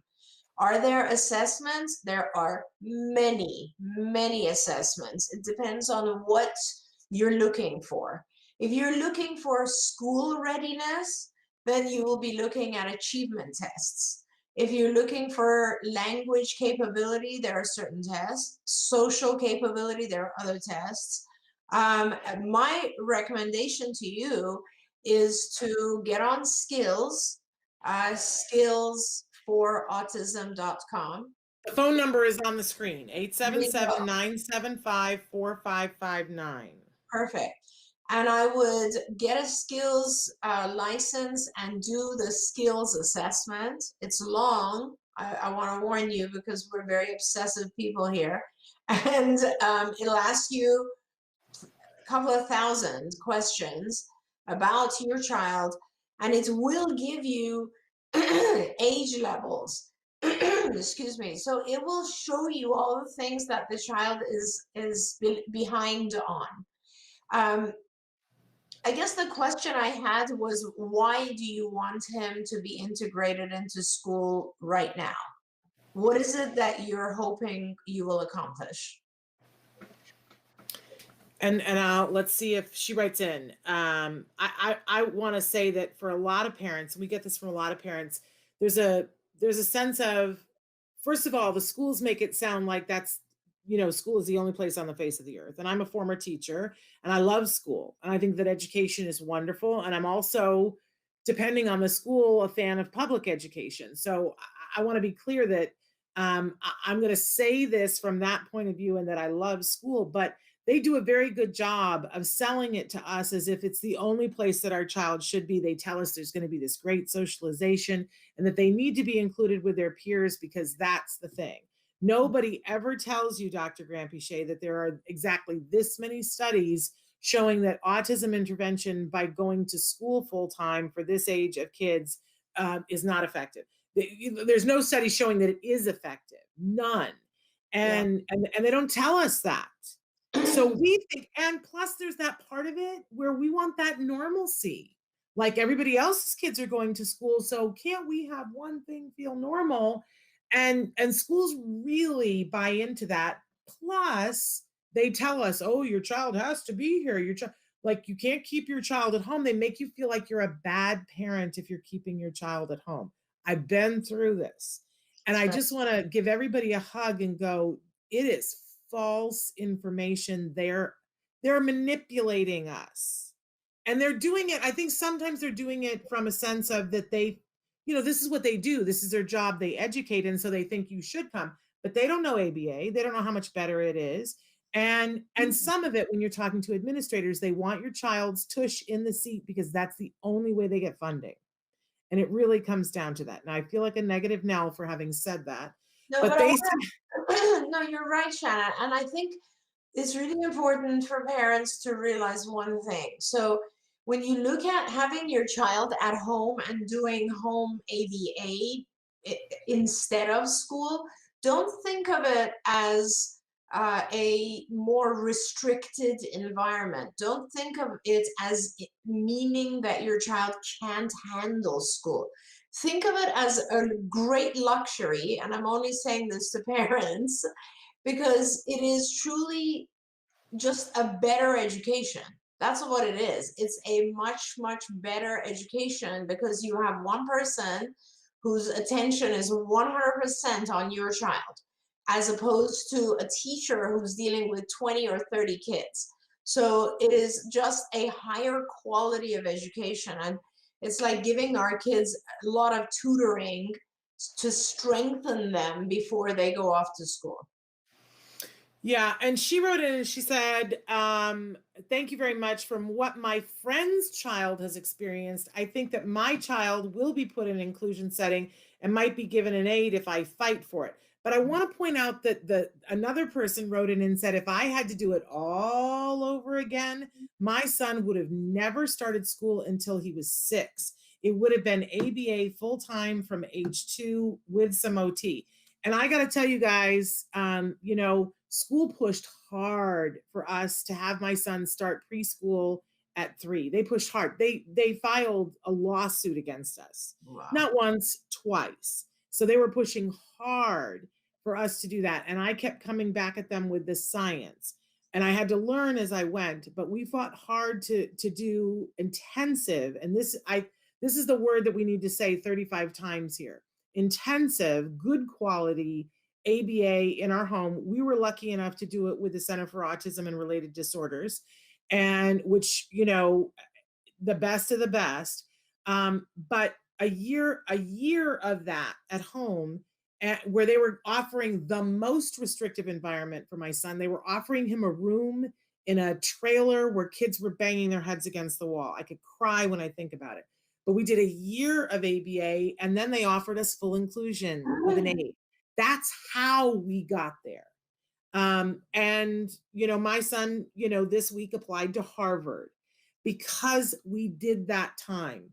I have seen the kids that got talked into the kids that my son was in early intervention before we started CARD, and their parents got talked to putting them into those preschool programs. And it breaks my heart that they did not get what my son got. I want that for you. I'm sorry if I'm being pushy, but if you want the aid and you want to have the inclusion, do all the work before. I was explaining this to a parent yesterday, Dr. Grant-Pichet, about why we take things, what you were just saying about taking it outside the circumstance. And I said, imagine if you were going to go downhill skiing and I tried to teach you while you were in the middle of going down the slope. Right. You would be like, I got things I got to do here. I'm about to die. But nobody ever teaches downhill skiing that way. That's right. They would take you aside and go, okay, here's step 1. We're going to put your toes together to stop. And we're going to do that 300 times. Yeah. And then we're going to learn how to put your, poles in the snow. We're going to do that 300 times. And then we're going to take you down a little slope before we send you downhill skiing. This is how we teach. And I know it looks foreign when we do this with little kids, but this is, oh, my heart is breaking right now. I want to make sure that this parent does, gets their child so that they can be included. Yeah, exactly. You basically said it, Shannon. It's about just giving giving the child the individualized exposure to the things they need, which is ABA. And it's, hey, listen, I promise you, many parents who have gone through this will tell you that those early years of ABA are the most valuable thing they ever did. Yeah, I mean, hands down. I tell people all the time, I made a lot of mistakes in my life. That's the one thing I will never regret. It was Right. hard. Yep. I mean, I got to be honest. It was hard to go against the flow because other people's friends were going to school and they were saying, "Oh, you should just put him in school. It'll be easier for you and he'll get all that socialization." Yeah. And I've seen those kids, you guys. Fight for this, fight for this, fight for this. Okay, so asking for a friend once her child turns 4 years old, can she apply for a single case agreement to get her child to have in-home, in-center hybrid sessions with a card location near her home? How long could a single case agreement approximately take? 6 months to a year, maybe? Can a card BCBA attend IEP meetings once he goes to kindergarten? He will have a school shadow or instructional aide just for helping him so that he can be in the least restrictive environment. Can she start her son with card at age 3.5? Yes. A lot of Yes, questions. yes to all of it. Yeah. So yes, you can start. You do not need to. My youngest child was 9 months. Let me just put that out there. I mean, that's very unusual, but currently, I just did an intake for an 18-month-old a couple of weeks ago. So let me just tell you guys that you do not have to wait until 4, by the way, for any reason at all. Like, you contact your health insurance and you request ABA, or you go see whoever diagnosed your child should give you a prescription for ABA and for intensive ABA, by the way, because your child is very young. And the sooner you start, the better, please. The sooner you start, the better. Now, with your insurance, a single case agreement can be achieved almost within a couple of days. Like, it's not a big deal. You can get in and see someone at CARD, get an intake done. I don't know where you are. They'll generate a report. This whole thing should be a couple of weeks, maybe less than a month, hopefully. We request your coverage from your payer. If we are not in network with your payer, they will give us, we have to argue and get a single case agreement. You can do that too. You can argue and get that. I've had single case agreements last years. So it's not a time limited thing. It keeps going until one of two things happens. Either we get a network, at which point it transfers to a network contract, or we don't get into network and your payer, your insurance company, feels like your child's had enough, at which point you'll have to appeal that. But that's down the line. Right now, you need to get a single case agreement going. And yes, you can start earlier, and yes, you can have in-home and center-based and whatever your BCBA thinks is appropriate. And yes, your BCBA will go to the IEP and make suggestions. In fact, our skills program, our curriculum, every single lesson also has a IEP page. So we've written all the lessons in terms of IEP goals. So what else? Was there any other part of the question that I didn't answer? He will need a school shadow or instructional aid just for helping him. And sometimes, if you can get the school to do it or your insurance to pay for it, card absolutely goes to school. You just Yeah. have to make sure that you get your funder in line with it.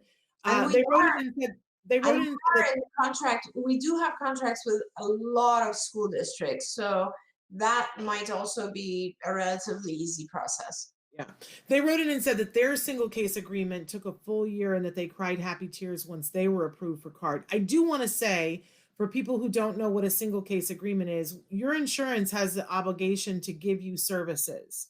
So if they cover it, they have to be able to give you a provider, and they'll have in-network people. And if for some reason those in-network people don't work, you can ask for a single case agreement with somebody who's out of network for them to look like in-network, but you have to give reasons. And I just want to say, I love your enthusiasm for how quick it can take, how quick it should take, Dr. Granpeesheh, but especially in COVID, I know things have been slowed down considerably. And Yeah. one factor that I want everybody to know and I want everybody to consider and maybe help us with is that there is a ginormous shortage of therapists right now, all across the country in every ABA provider. If you know someone who is good with children and is looking for employment that they will be, it's essential workers, so they'll be assured work. CARD is the best employer to work for because they give the best training for BTs, and CARD is always looking for BTs. But for a single case agreement, you would want to make a case, and we've seen lots of families who will say, I want to do a hybrid of center-based and home-based, and the providers that you've given me can't, but CARD can. Or they don't have therapists and CARD does. These are all great reasons why they would give you a single case agreement. Can And I there are, also, yeah, I also just read another parent had written that they were denied center-based ABA because it's not in their plan. I don't think they can deny you center-based. not They anymore. could make an argument that you can't have ABA in the school, which you can argue back, but that's a different issue. But I don't think they can't. We've published on how important it is to have ABA in center-based model, and that's why center-based model became a thing because of our publication. So I don't think you should go back and unless you have it now, you should go back and argue that with your payer. That's kind of not legal. Yeah. And, 2 years ago, we saw a rash of these where there was a lot of people applying for single case agreement with CARD, making the argument, I want center based for part of it. And we were seeing a lot of people getting denied with this excuse 2 years ago. I just want to make it clear you always have the right to appeal your insurance denials. And the first appeal that you get, you will almost always across the board be denied. It's the second appeal that you must focus on and get that one. And you go through the process on the first one, get the second one in because they don't have a leg to stand on. And if in the parents that make that effort, there were pioneers 2 years ago who were slogging through it, but it should be easier for you now. I agree with Dr. Grampiche. Go back and argue that with them. Somebody said, go ahead. A few people asking if we're in network with their payers, and I just don't know because we're in networks of hundreds of insurance companies. I wouldn't know, but if you'd like to know, just call CARD and or email on our website and ask our contracts department, basically, which is inside the insurance department, and they will be able to tell you who we're in network with. And I want to say some providers, like this is something I learned last year, Shannon. So when we get a single case agreement, sometimes the rate they pay us is higher than the network agreement. When we get in network, they reduce our pay. So some providers of ABA decide not to go in network because they will get higher pay by just having hundreds of single case agreements. We don't do that. We go in network because and it does reduce our rate sometimes by 20%, but we want to be in network because it's a lot easier for our parents and our patients to deal with an in-network provider because a lot of other stuff then is covered for you. So we kind of, so if one provider tells you they're not in network, there will be others who definitely are. There you go. Carla wants to know, they say, first she says, hi, thank you for this educational program. My question is, how can I help my nephew who is 10 years old and has mild autism, and she says, or is high functioning? He's doing very well overall, but how can we replace hand flapping behavior for a more appropriate behavior? And I appreciate you asking it in that way, the replacement part of it, because a lot of people will say, how do we get rid of that?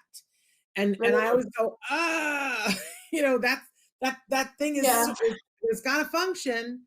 There's something that it's doing, but replacing it, I love that you already know that. So how do we do that, Dr. Grampiche? Well, so there are you can it's a hard behavior to replace. Let's put it that way, because it can with every behavior, with every single behavior. By the way, first of all, you want to start by doing a functional assessment, which means you're trying to figure out under which circumstances the behavior occurs and why, if there is a reason. So there are generally only 3 or 4 very specific reasons. Either the child does this behavior because they want attention, the child does this behavior because they want to gain access to something, and that's when they do it.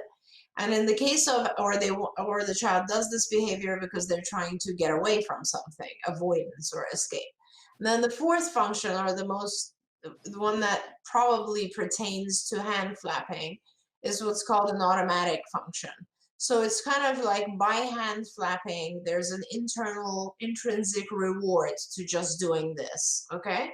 Now, if that's the case, it becomes very hard to replace, because there's an ongoing kind of a reward from just doing this. So you sort of have to find something that will mimic this. Now, what mimics this can be a number of different things, but one of the things that we found can help our children is, for instance, doing this, but holding an object and doing this. And if you can see my hands and I'm holding an object, what does it look like? It looks like drumming, right?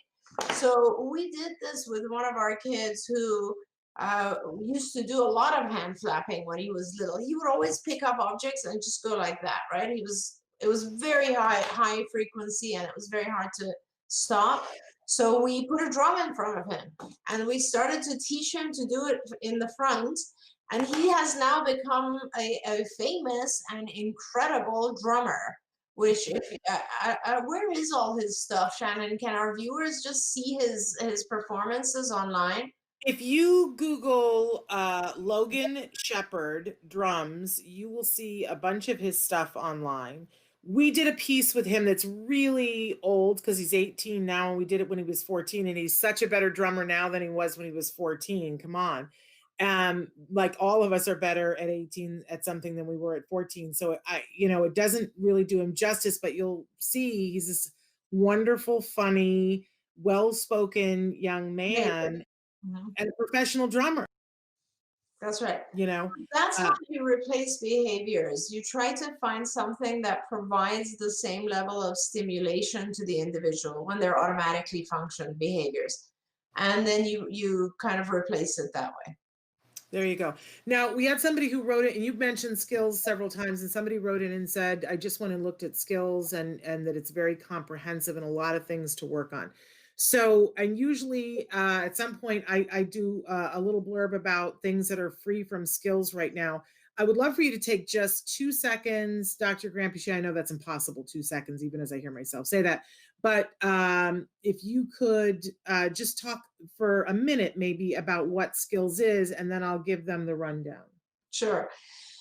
Oh, that's a very hard task. So skills is something that we built over many, many years. It's a curriculum and an assessment and a data tracking system. So what it is that it starts with you, the parent, answering thousands of questions about your child in all areas of functioning. You basically will answer questions in the areas of language, play, social, cognitive skills, executive functioning, motor, academic, and adaptive skills. 8 areas.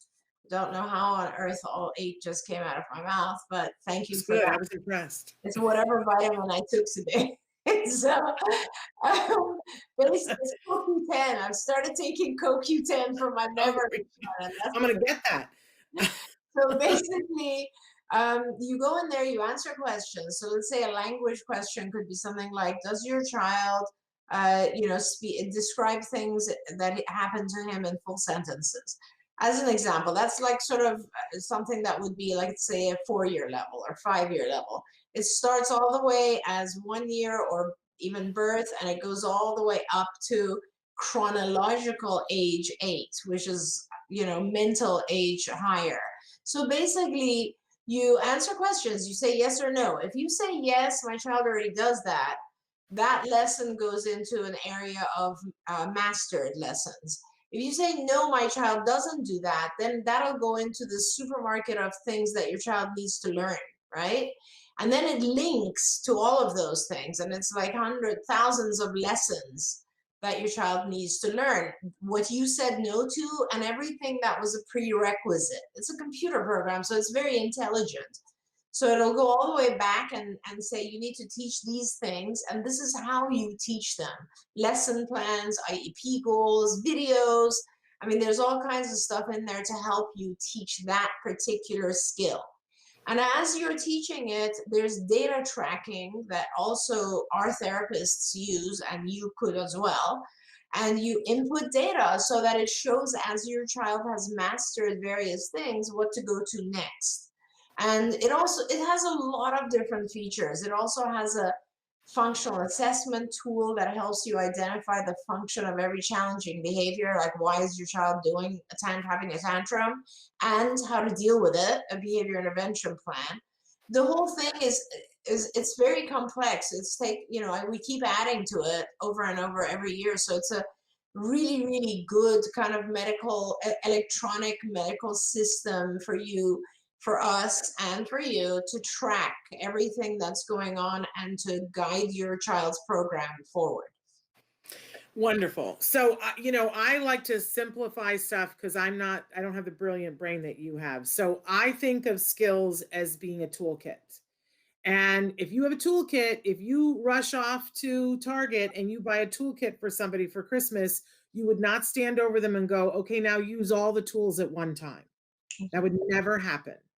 And some people will use their toolkit and they like the hammer, and they'll use the hammer endlessly, and occasionally they use the screwdriver. And other people, they use the screwdriver all the time and the hammer only comes out once a year, right? So skills is this amazing toolkit, and it's available to all of you, and people use this that are experts in the field, and they'll use it in a different way than you will use it as a caregiver. But as Dr. Granpeesheh just said, there is an assessment. As a parent, I was always wanting to know, where is my child in space? I go to the mall, and on the mall, it has the map of the mall, and it says, you are here. And I can chart a course to where I want to go from there. I always was asking everyone, can you tell me, where are we? Can I get a snapshot of where my child is? If you take the skills assessment that you can do at home on your own time, it is extensive, because it's going to give you a really good snapshot of where your child is. But then it has all the lessons, and it makes recommendations to you about, based on where your child is, here are these lessons, and you could do them in this order. And so skills is amazing. Your child is engaging in a behavior and you don't know why it happens. There's something that can help you with that. You want to do an intervention that's based on science, you can do that there. So a toolkit, wonderful toolkit. And you have access to all or part of it. It is a subscription thing, but they give away free things every week to us. And they work in tandem with the Institute for Behavioral Training, which is online. It's like an online college, if you will. And you can take different levels of classes about all kinds of things, about how do you actually teach these things. So Skills and IBT pair up, and they give us free stuff to give you. Yes, I said free. Now I have everybody's attention. So the number that's on the screen there, 877-975-4559. What you do is call that number. If you're out of the country and you're not able to call an 877 number, you can email me at s.penrod@autism-live.com. And I'll put that up in a minute, but write that number down first, 877-975-4559. Every week they have one set of trainings that they offer that is just for caregivers. It's geared towards people who do not have degrees in psychology and don't understand all the jargon. And it helps you to be able to do something in your home. And it's like a package of them, like 5 trainings. Reach out to them and say, I'd like this week's free training. They also have a package that is just for educators. You can also do that as a parent, or you can tell your child's teacher about it and say, hey, over the break, here's this phone number, call and get some free trainings. It's good for them. And they also offer you a 10% discount if you say that you saw it on Autism Live on any skills product, which is pretty awesome. So if they're not giving the free training that you want this week, go call them and say, look at their website. For iBehavioral training, is where you go, and or skillsforautism.com. But look at iBehavioral training and see, is there a training that you want and they're not offering for free? Then call them and say, I want 10% off. Some of them, like I think the least expensive one is $7.50. You can't even buy a book for that. Let's face it, that's, like a grande Starbucks, right? And not only it's a video that you watch and you can have your significant other and your babysitter and your mother-in-law watch, right? But so check that out. If, as I said, if you are out of the country and you can't call that number, there's my email on the screen, s.penrod@autism-live.com. If you send a request to me, I'll forward it over to the folks at Skills and IBT so that we can hook you up with that. Oh, I was gonna squeeze in one more question, and I killed all of our time talking about skills. No, that's wonderful. I'm sorry that we have no more time, but we will be back definitely in January. In January, Dr. Grampy for being here and answering all these questions. I want to thank all of you for being with us on this journey and for trusting us with your time during COVID. I hope that everybody has gotten something that can help them. And we'll be back tomorrow. Tomorrow is the big festival of toys where we're going through the entire toy guide, and I'm going to just be covered in toys and have so much fun. It'll be a really cool time. And then on Friday, our last show of the year, Let's Talk Autism with Shannon and Nancy, with Nancy Allspot Jackson and our special guest, Vince Redman, licensed and marriage family therapist extraordinaire. Dr. Grampy, happy Can I just holidays. quickly wish everyone happy holidays? Yeah, so I hope that you all bring 2020 to a pleasant close, and happy new year to you guys as well. And thank you so much. It's always a pleasure talking with all of you, and I'm really looking forward to seeing you all again in the new year, and hopefully everybody will be healthy and happy next year. Amen to that. Thank you, Dr. Grampy, and to you as well. All right, you guys, I'll be back tomorrow. Until then, give your kiddos a hug from me and one for you too. Bye-bye for now. Good morning and welcome. It is time for the Toy Festival. We did this a little bit earlier this year. We kind of, we had to do things a little bit differently. We are going to do things differently because, we're in a different space and a different time, in a different universe, right? But Autism Live loves toys. Let's start there. And I'm Shannon Penrod, and I love toys. I'm a mom of a wonderful individual. Good morning, Amanda. On the autism spectrum, and diagnosed on the autism spectrum at 2.5. And I'm also a former teacher, and my degrees, both of my degrees, my BA and my MFA, are in theater and acting, so which all has an element of play to it. And so play as a form of education is a very big deal to me, and it gets me very revved and excited. So I think I'm more nervous today than I was on Tuesday with Temple Grandin here, because there's so many good toys and I want you to know about all of them, and so many good toy companies. Hello, Michelle. So thrilled that you're here. So here's what we're going to do here on the show today. It's just one of those shows out of time. I'm going to try to go through all the toys in our toy guide really quickly. They're on our website, autism-live.com. Oh, Kirsten, I'm thrilled that you're here. So check out the toy guide, though. And if you like a toy that you see, all you have to do is go to autism-live.com, click on the toy guide, scroll through. It's a lot of toys. We got a lot to do here today. But if you find the one that you like, click on it. There's a thing that says, I think it says purchase now or buy now, whatever it says. And then that will take you to a third-party site where you can purchase the toy right then. A lot of times it's Amazon, but sometimes it's their personal website, depending on what the toy is. We did that because for a lot of years we were just doing the toy guide and we weren't saying where to purchase it. And people said, you're not really helping me here. If I like the toy, I want to buy it now. So we started doing that, but I just want you to know that we're not affiliates with anybody. We don't, it's not about that. Okay. So everything is fair game. We hope that you like it. So in the toy guide, I want you to know too, I have my little black and white copy here. The toy guide, there is a table of contents if you print it out.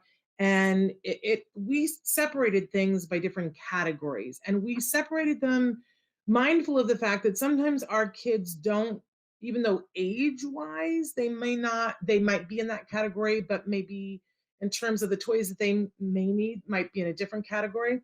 I want you to know there are lots of toys that would be appropriate across many of these developmental ages. So I encourage you to look at all of them, all of the different headings, because we have baby and toddler, preschool, school age, tweens and teens, adults, caregivers.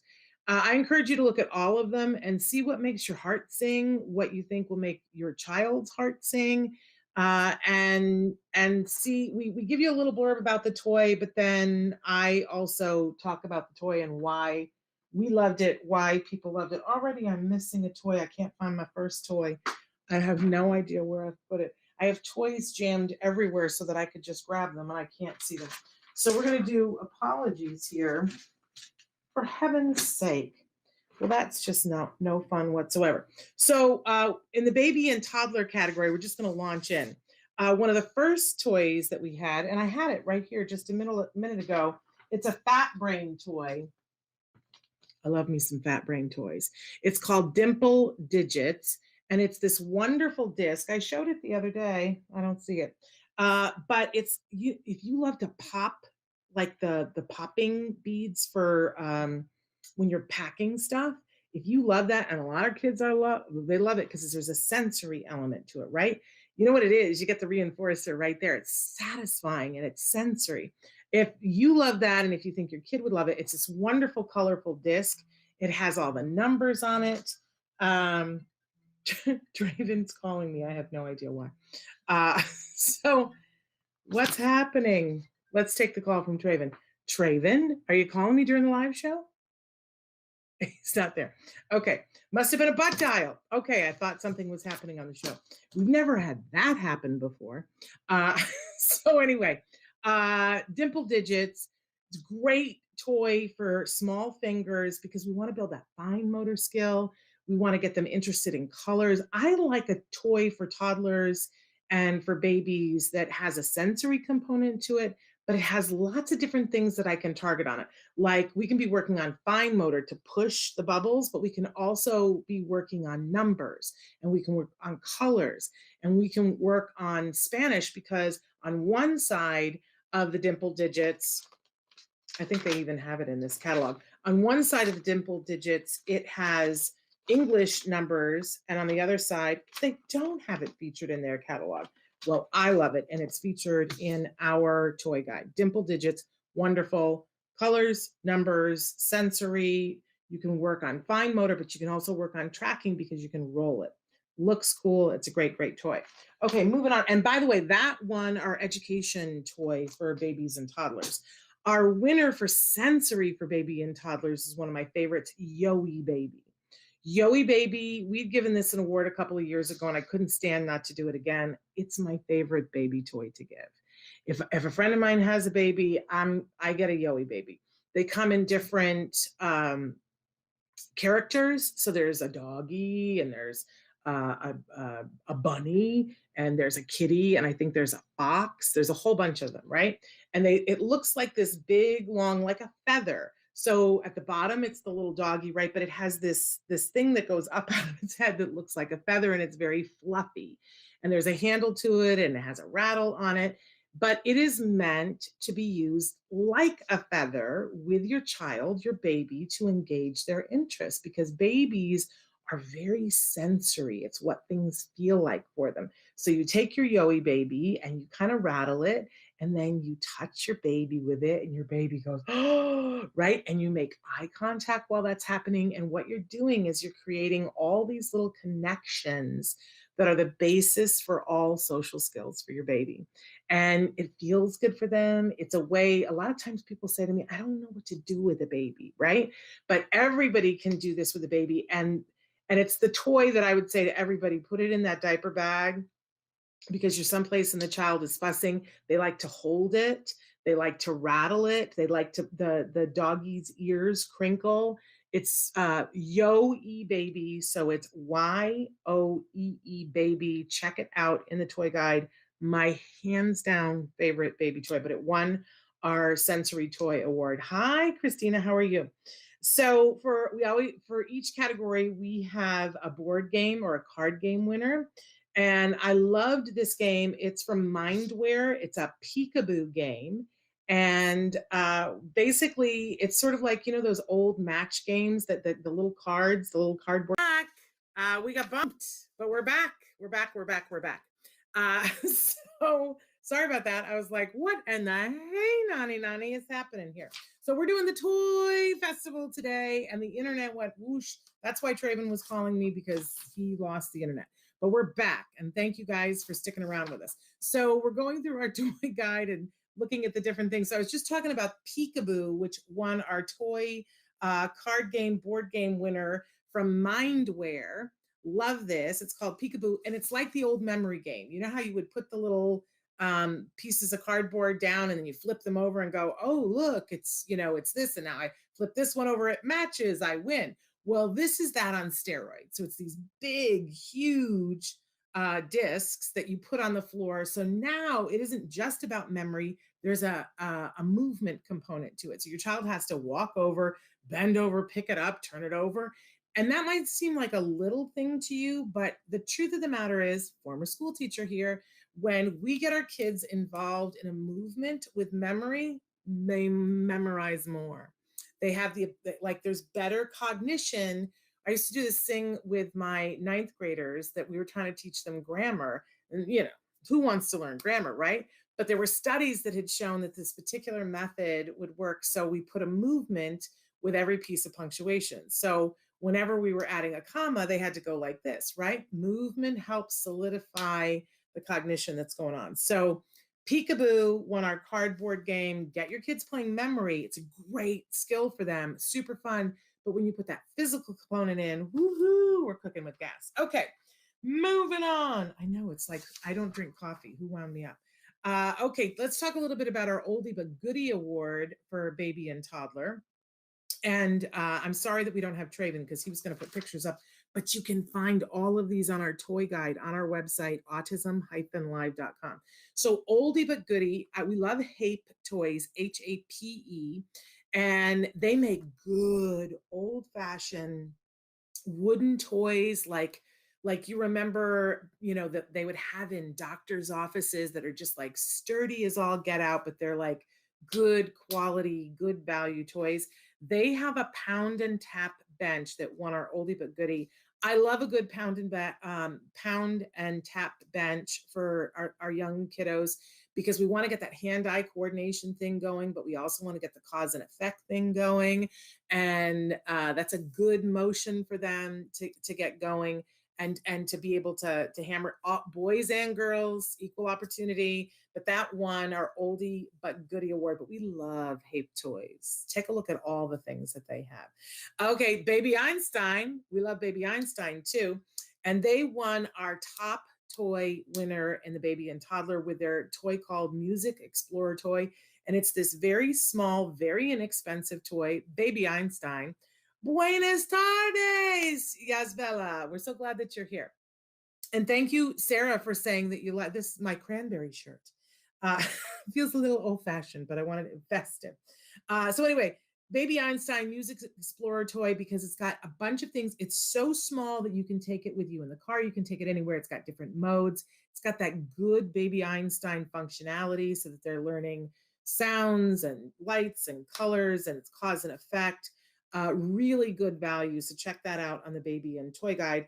And then we added some categories this year for toys, award winners. So we have Best Art and Craft, because I wanted that boredom buster thing that we were talking about. For our kids, we didn't want to put anything that was screens. We want some good old-fashioned art and craft toys, but we don't want to clean it up, do we, parents? No. So there's a company, FUBU, has a magic doodle mat. You roll it out and you take water and paintbrushes. And as you paint water on it, it changes colors. You can make all these different things. It's sort of like an Etch-a-Sketch, but it's with water.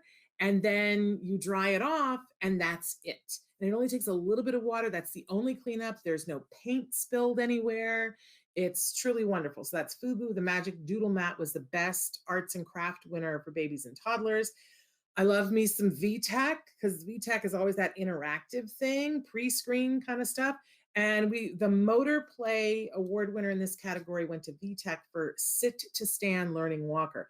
There's that time when, first of all, when our kids are laying on their bellies and we want them to be able to cause and effect things, then they're scooching, and then they're crawling, and then they're cruising, where they're holding on to something. And at the cruise phase, you want to make sure that they've got a walker that they can walk with.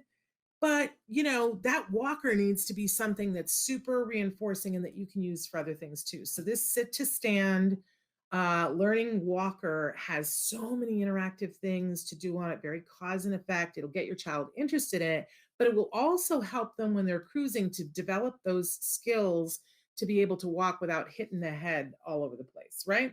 So VTech, Sit to Stand Learning Walker. For those of you just joining us, we're going through the toy guide like a maniac here. We've already lost the internet once. It's making it exciting. You can find, if you want to follow along with me on the toy guide, autism-live.com, click the toy guide at the top. You have that? You have, that's wonderful. I love these toys. Okay, how about the best puzzle? Because in each category we have a puzzle. I love me some Montessori toys, and Yo Fun has this wonderful carrot harvest puzzle. I think it's super important that we start very early, like birth, teaching our kids about the value of produce in our lives, right? So this is a carrot puzzle, and it has all these little wooden carrots, but they're different sizes. And it comes with a little fun little box and with holes in them that only fit the carrot for the right hole, right? But it's meant for babies' hands. It's meant for babies' cognition, so that when they find the right carrot, it goes into the hole, and it hides has just the top of the carrot popping out of it. Super fun Montessori toy. It's from Yo Fun. Absolutely love it. How about the best book category in this age range? So Melissa and Doug, love Melissa and Doug. In fact, we have a lot of toy winners from them. They have a great peekaboo book. It's an interactive book so that there are things to do, flaps to lift up, noises to make. We really want to start early having that attention, that joint attention, so that you're lifting up the flap and going, look, what is it?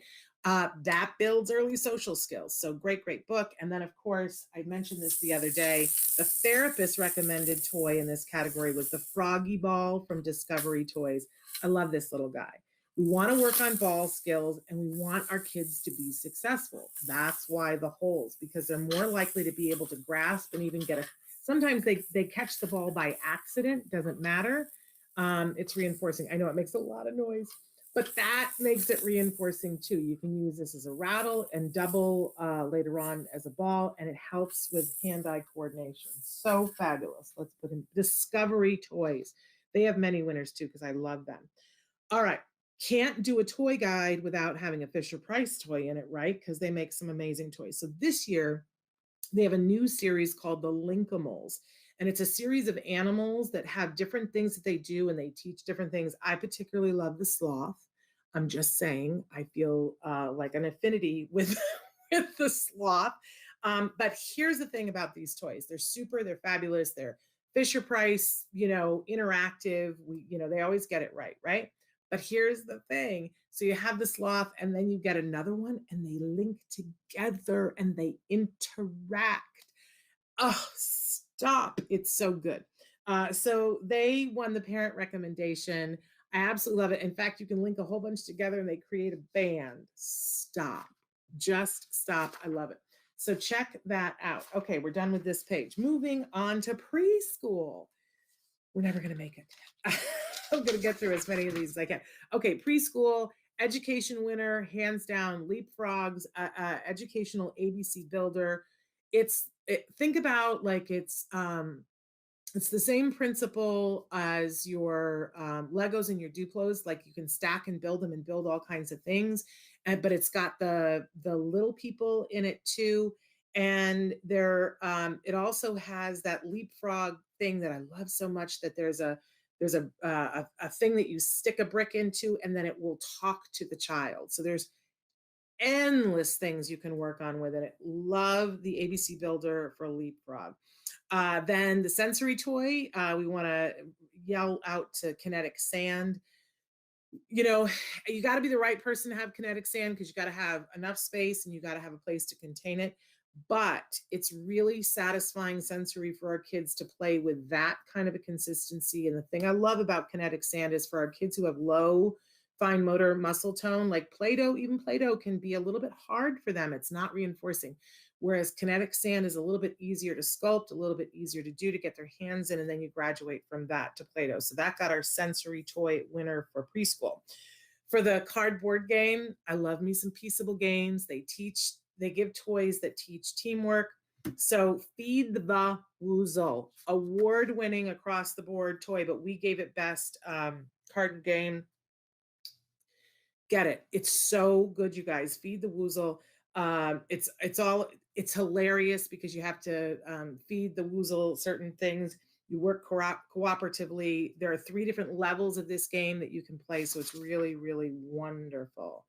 Okay. Also from Fisher Price, the Speech Builder Award in this category in preschool. The little people, it's the Dial Little People World Animals. You guys, it's still called See and Say, right? The little thing that you tote with you, and you put the little arrow, and it says the cow says moo, right? But now when I was little, and then when my kid was little, it was just, they've upgraded it. So now it has pages. So you get more animals for your buck. Very cost-effective toy, great at teaching all kinds of things, but most especially identifying labels. It's a great speech builder. How about for social skills? Play School has a Busy Poppin' Pals. These are the toys that they're cause and effect. They come in a strip, 4 of them, and you have to turn the dial and somebody pops up and says something. They make them in all, and then you pop them back down. They make them in, Sesame Street characters. I particularly love this Play School one because they're very functional, the knobs that they have, like sliding something over, flicking a switch, pushing a button, turning a key, that kind of stuff. So we love it. It's cause and effect. It helps to build social skills because it's a perfect something happens, right? It's kind of like having a pop the weasel times 4, right? Something happens and there's a moment when you can intercede and interact with your child over it. So it's really, really good. And then our STEM toy for this category was Melissa and Doug. Their wooden blocks. You can do anything. You can save the world with wooden blocks. And Melissa and Doug's great wooden blocks. Okay. How about the best puzzle award in this category? I think I'm still in preschool. I hope I'm still in preschool. Yes, I am. The expression puzzle building cubes from Big Boom Idea. It's all about teaching emotions. So we really, really love it. Check that one out. Best book in this category. Penguin has a line of books that are bedtime classics. Our kiddos aren't getting enough of this, we have found. Like the one that we feature in the guide is Jack and the Beanstalk, but they have everything. Make sure that your kiddos, you're going to spend that time reading books to them anyway, I hope, at night, right? So we want them to be really reinforcing time, but we also want it to be a basis for literature that they're going to come to later on. And there are a lot of things that are referred to in literature that are the classics. So love this series from Penguin. It's very accessible for our kids. Great illustrations. They're very inexpensive, and you can get a whole bunch of them. We particularly loved the Jack and the Beanstalk. Okay, the therapist recommended toy in this category from Learning Resources, another company that I love. Coding Critters, Ranger and Zip. It's these 2 little characters. We love the coding stuff. So these 2 little dogs, and your child can code to have them interact. Love it. How about Playmobil, the Parent Recommendation Award? was for Playmobil Noah's Ark. When my son was doing therapy, we had a little toy Noah's Ark. I'm telling you, you're going to get so much use out of it, because having 2 of each animal is going to help you to teach all kinds of things. So I love the little Noah's Ark. And here's a new one. Big shout out to a new company that just started this year, and it's got our oldie but goodie award, even though they're a new company, because they took an old concept, build a fort. What have I been saying to you guys? Like, play the floor is lava, do all of those things. Well, this is a package. It looks like a pizza box, and it's got all these wonderful, sturdy panels that you can put together to actually build a fort. I'm telling you, your kids will lose your mind. It's a really fabulous thing. And the top toy winner in this category went to Wonder Makers Fisher Price. It's an entire town that you can build, and it has a train set, and you can add on to it. So we absolutely love us some of that. How about our art and craft winner? Water Wow Books by Melissa Doug. Again, these very portable books. All they need is this pen that they stick in water, and they can draw all these things, no mess. Wonderful. Now, I got to talk a little bit about EDX Education, because they won our motor for preschool, and they make these amazing things. You'll see in the guide, and I'll get them out in a second, the step-a-logs, but this is the step-a-path. And basically, so there's 3 of these, and you just lay these wherever you want around the house, and then the kids have to step through them. And this kit comes with the 3 stumps, and then 3 of these logs that you put. And I love that they've got these grippies on them so that your child is not falling, and they will turn your house into a wonderland. And then the other ones that I have here are the step-a-log. So the step-a-log, if I can start holding it up, wonderful. It's a set of these, and they are attached to each other. I know the angle is not great, but there's 6 of these, and they're attached by a rope, and they're different colors, and they also have grippies on the top, and they're slanted, different slants. So you throw these about the floor, and now you have an obstacle course. Boom. And when you're done, you stack them up and you put them away. You can shove them underneath the couch, right? Wonderful for motor development. And we know that motor is connected to cognition. All right. I love me the My Little House Smart Felt Toys. Have been a fan of theirs from the very beginning. They make the most wonderful, there's the My Little House and My Little Farm. It is our Speech Builder award. I keep giving them awards because I cannot find a toy that does what their things do. They're amazing to build language. Okay, I've been talking about these, and I've been waiting until today because I want to crack this little puppy open so that you can see how precious these babies are. So Destroyer, but it's spelled differently. It's spelled like, it looks like Destroller, but you actually say it and I don't know if I can get him out, but look at this baby. He's the cutest little thing. These are the neonate babies, and this won our social skills award in preschool, and he's in there pretty good. I should have taken him out before, but I wanted you to see the box because the box has all these interactive things for the kids to do. But this is an alien baby, and my favorite thing about them is that they're weighted. And he's in there pretty, I got him out. Okay, so they're weighted. Their little bottoms and their heads are weighted. And they are the most precious little babies. Can you see this little guy here? He's got one little tooth, and I knocked his umbilical cord out when I took him out. I'm a bad mother. So these are the most precious things, and they have little outfits that they come with, but you have to feed him. He comes in his little incubator, and you put him back into his incubator, and he has this little tube here that allows you to feed him, and he's got his little bottle, his mixture of bottle, and he comes with his vitamins and his milk substitute, and he's got a little drawer in here where you can put all of his little accessories. But this builds social skills. When you're taking care of a baby, then, we're going to ask you things like, what does the baby need? And I have to think, what does the baby need? And now I'm not thinking, what do I need? What does the baby need? This is the beginning of perspective taking skills. So now they make bigger ones of these as well, but I love these little neonate babies. I love their little hair, and each one is its own character. And I'm just going to tell you guys, these have already become collector's items. So I love their little diapers, and you can get accessories so you can change their clothes. His little tooth comes out eventually so that he can eat real food. These are awesome. And there is something about them sensory wise. I wish I could explain it, but they're because of the weight of them, everybody wants to hold these things. I've been in an event with these things and everybody lost their minds.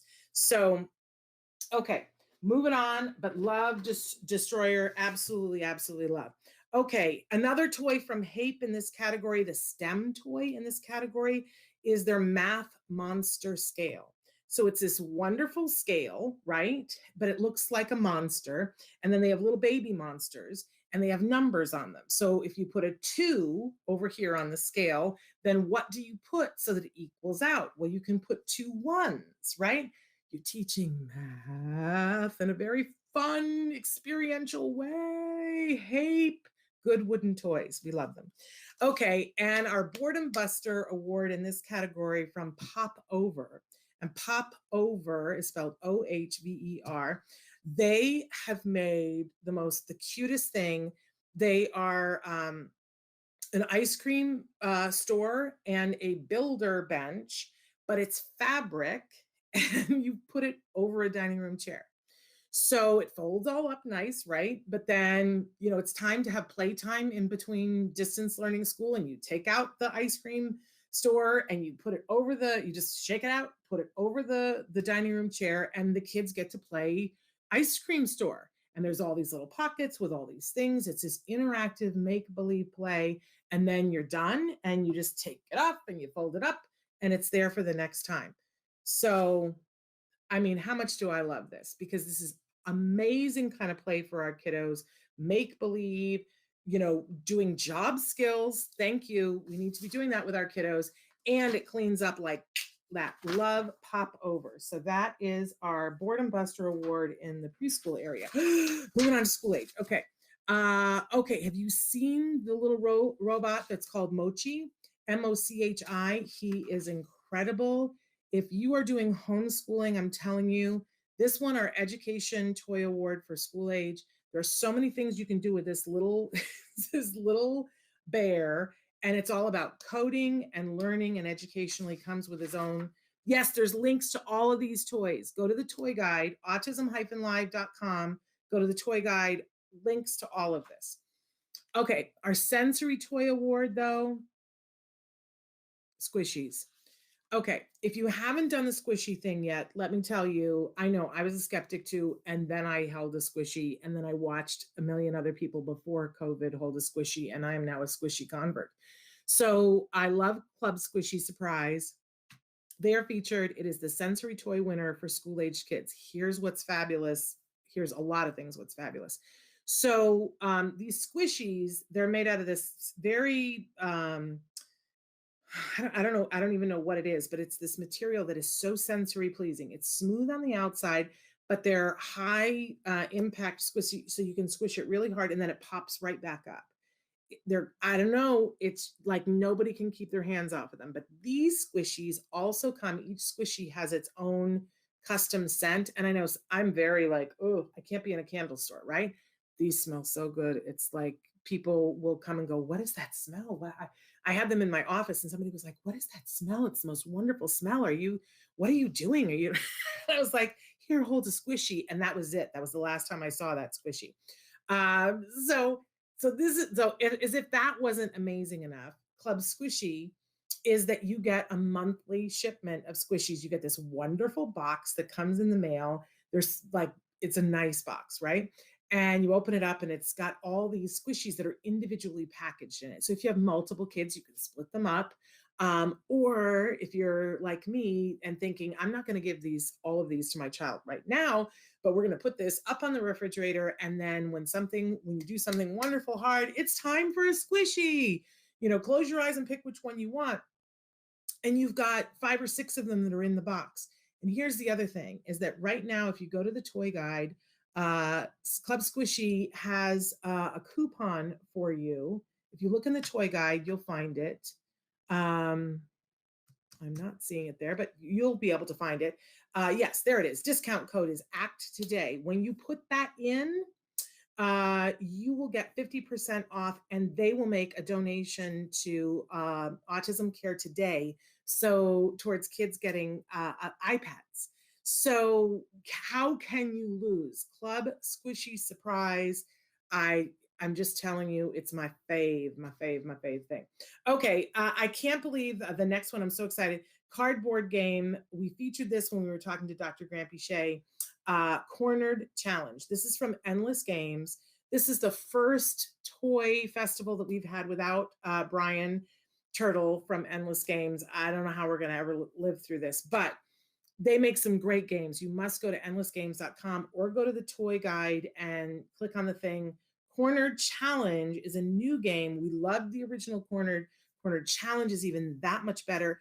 I'll tell you something. A lot of our kids are so good at it, they can beat the pants off of the most intelligent person in your house that's like at college studying physics, right? And it's good for self-esteem. It's good for visually problem solving. Great game, Cornered. But we have other winners from Endless Games in here as well. Also wanted to give a big shout out to puzzles this year.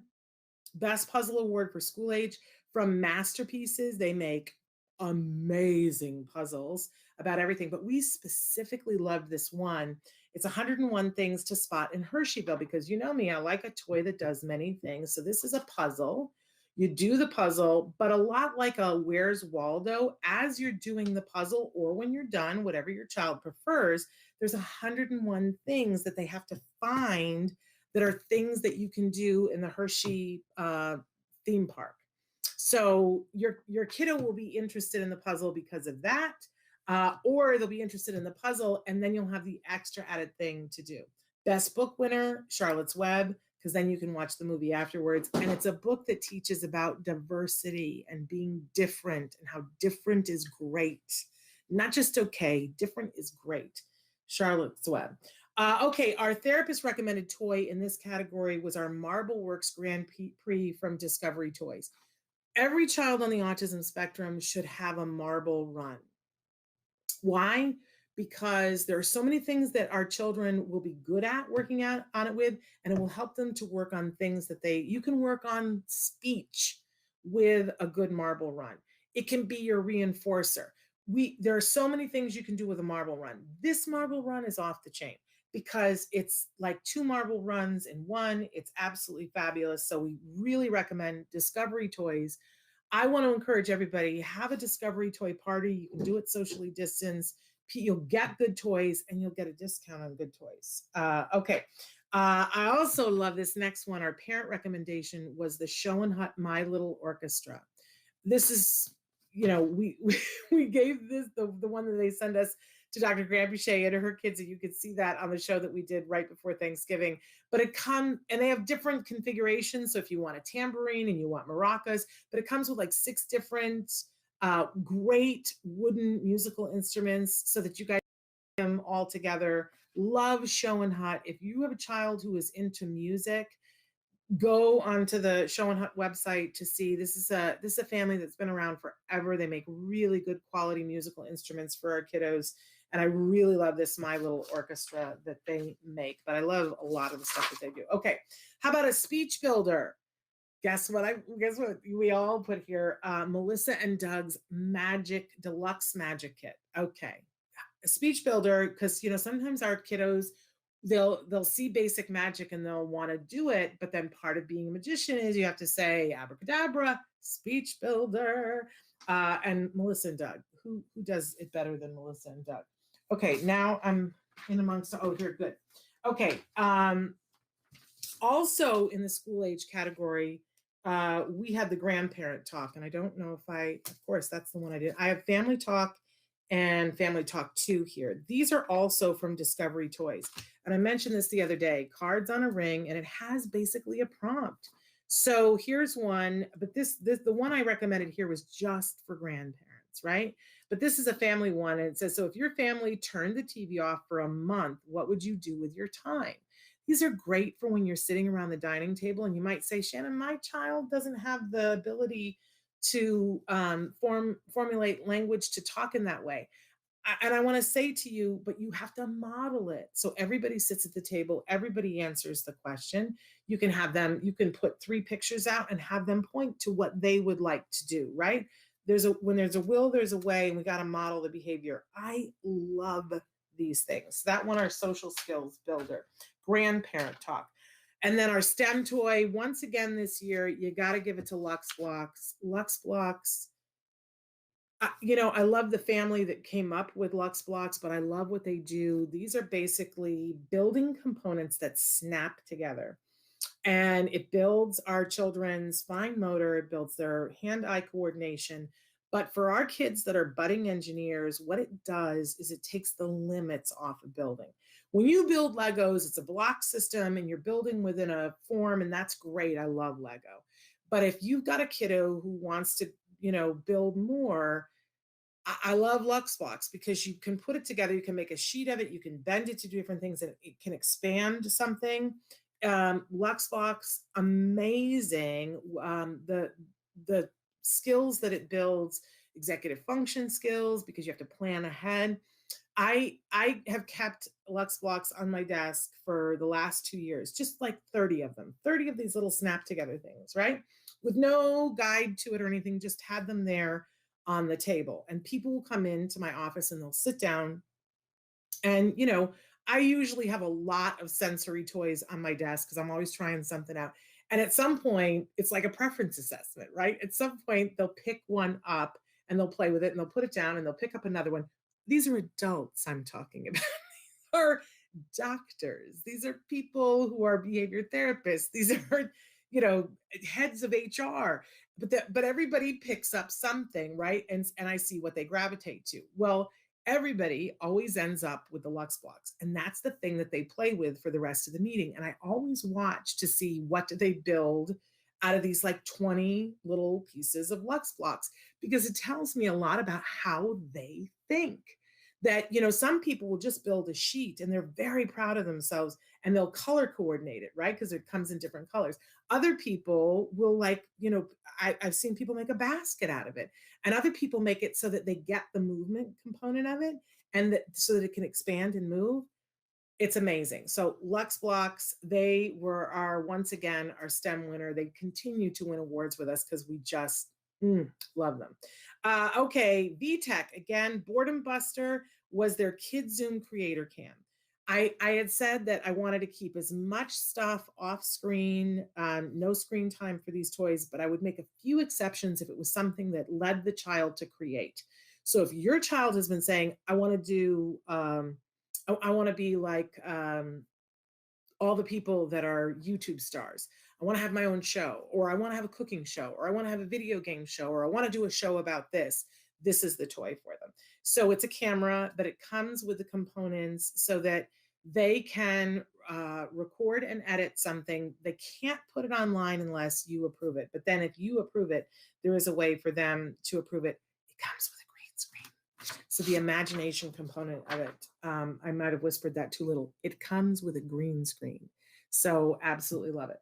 Our oldie but goodie, we did because of Temple Grandin. She said that she loved to fly a kite. So we have a really great foolproof kite. I don't know about you, but when I was a kid, we'd go fly a kite. I couldn't get it to work. Didn't know why people liked flying kites.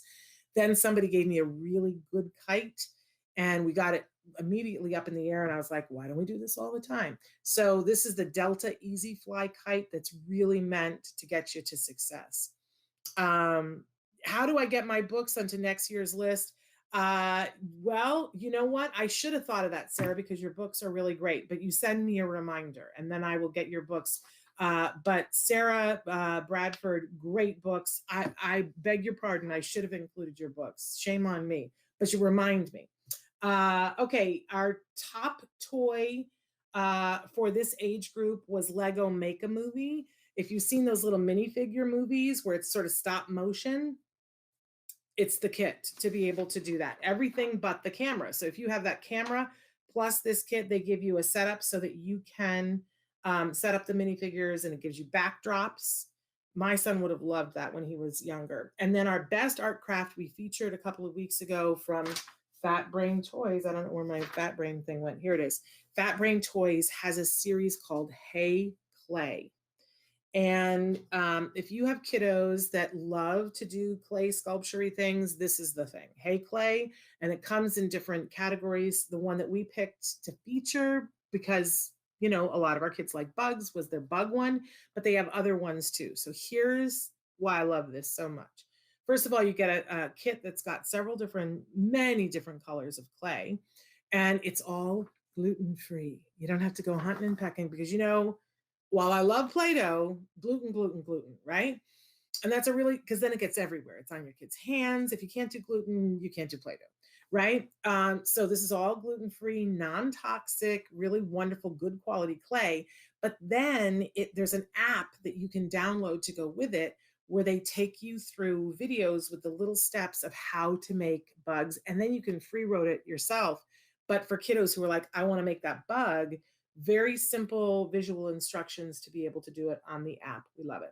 For those of you who've got kids that need a lot of movement and you don't have outdoors to go to, you're going to love our next one, Motor Play Dinosaur Mini Trampoline from Wamcos. Absolutely a big thing. It's got the bars so they can jump, and we specifically chose that one because it had a higher weight limit on it. So even if you have bigger kids, they were safe to jump on it as well. All right, we're going to teen and tween. We might make it here. So our educational toy winner, this was one that my son absolutely loved when he was a teenager. It's called the Squishy Human Body from Mindware.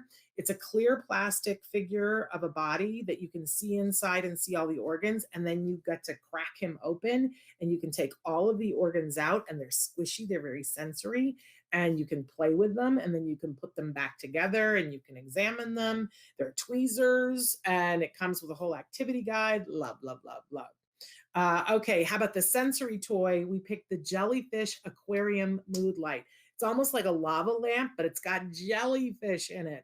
Love it. It's from Touch of Nature. Our board game in this category from Think Fun, another company that I absolutely love, Chicken War. Oh, you guys, such good time.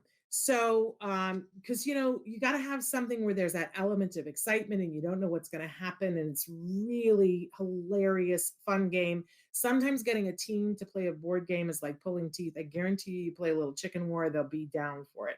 Think Fun, amazing. In fact, our next award, Best Puzzle in this age range, is called A Maze. And it's this wonderful maze board, but you can change out, there's a card you can change out and it changes the maze in it.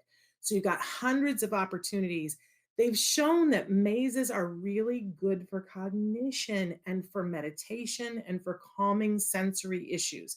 So what I love about this more than anything else is that you can take it with you. You can take it in the car. It's self-contained. And so you can take it places and your kids can do.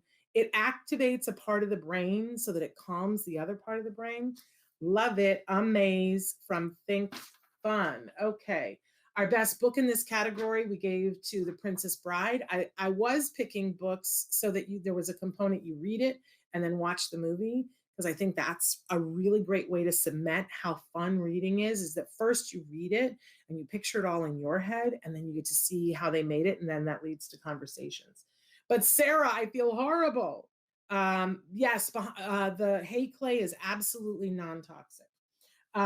Okay, for a therapist recommendation in this category, if you've got a kiddo who is like trains and likes to build things, and you're not sure where to go next, I really want you to look at Fat Brain Toys for their action and reaction. We put in here the starter set, but there's so many things to build. They can build their own roller coaster.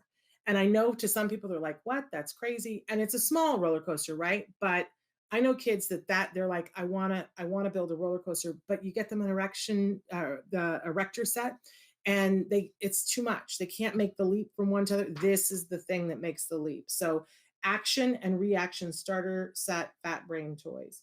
Parent recommendation for teens and tweens was this wonderful alarm clock from Homecasito. And it has a night light, it hooks up with Bluetooth, but it automatically stops playing music during set hours that you set. and it wakes them up to their music and to bright colors. And they can say what they want. It's digital, and it works also as a nightlight, but it won't. It has a speaker, but it won't make noise after the time that you set at night, which I really liked. Our oldie but goodie was also from Fat Brain Toys, the game Guess Who. You know that one where you set up a thing of who created a crime, and you have all these people, and then you push it down, and then they have to say, is it a man or a woman? And then they can flip down whichever one it isn't. Really helps to work on facial recognition and noticing small details. So that was our oldie but goodie, but it's a great social one. Okay, done with that page. Oh, okay, our top toy in this category, and Sunny demoed this for us when a couple of weeks ago, Sphero. They have Sphero, and we said the Sphero Mini because it's got a really good price point on it. It looks like a cue ball, but basically it's a little robot, and your child uses their phone to program it, and they can make it so that they can use their hands and go like this, and the ball will go where they tell it to go, or they can do it on their phone, and they could do all kinds of things. Now, Sphero has competitions. Schools are involved in Sphero competitions, but the Sphero Mini is a great way for them to be doing this at home while we're not doing as much of that stuff at school. And they sell accessories for it. So they sell ramps so that you can make your Sphero go up a ramp. It's crazy. So Sphero Mini. Okay, the next one is from Gridley Games, and I have some of them. Okay, they make a whole line of, hello. They make a whole line of just ads. So this one is just add sugar. This one is just add milk. This one is just add glue. They have just add sun. I mean, all kinds of things. So if you are like at home and you're like, I don't know how to do activities with my child, that are educational, and you're pouring over Pinterest and you're trying to figure it out, and you're like, now I got to go buy all the ingredients. It's too much. Some of you have written into me and said, Shannon, you made, recommendations on Pinterest and it's too much. Gridley Games is there for you. So you buy just add milk, and all you have to have is milk. They have 12 different experiments in here, science experiments that are really cool that you can do. They've got all the food coloring and all the other things that you would need. All you have to have is stuff that you have around the house: milk, glue, sugar. There's one just add eggs. And it gives you a guide inside as a parent so that you know how to do the experiment, what you need to set up that's in the box for your child to be able to do each one, and what kinds of concepts you need to talk about with them during the experiment. There's this wonderful experiment where you take milk and you put food coloring and then just a dash, and it's included in here, of soap.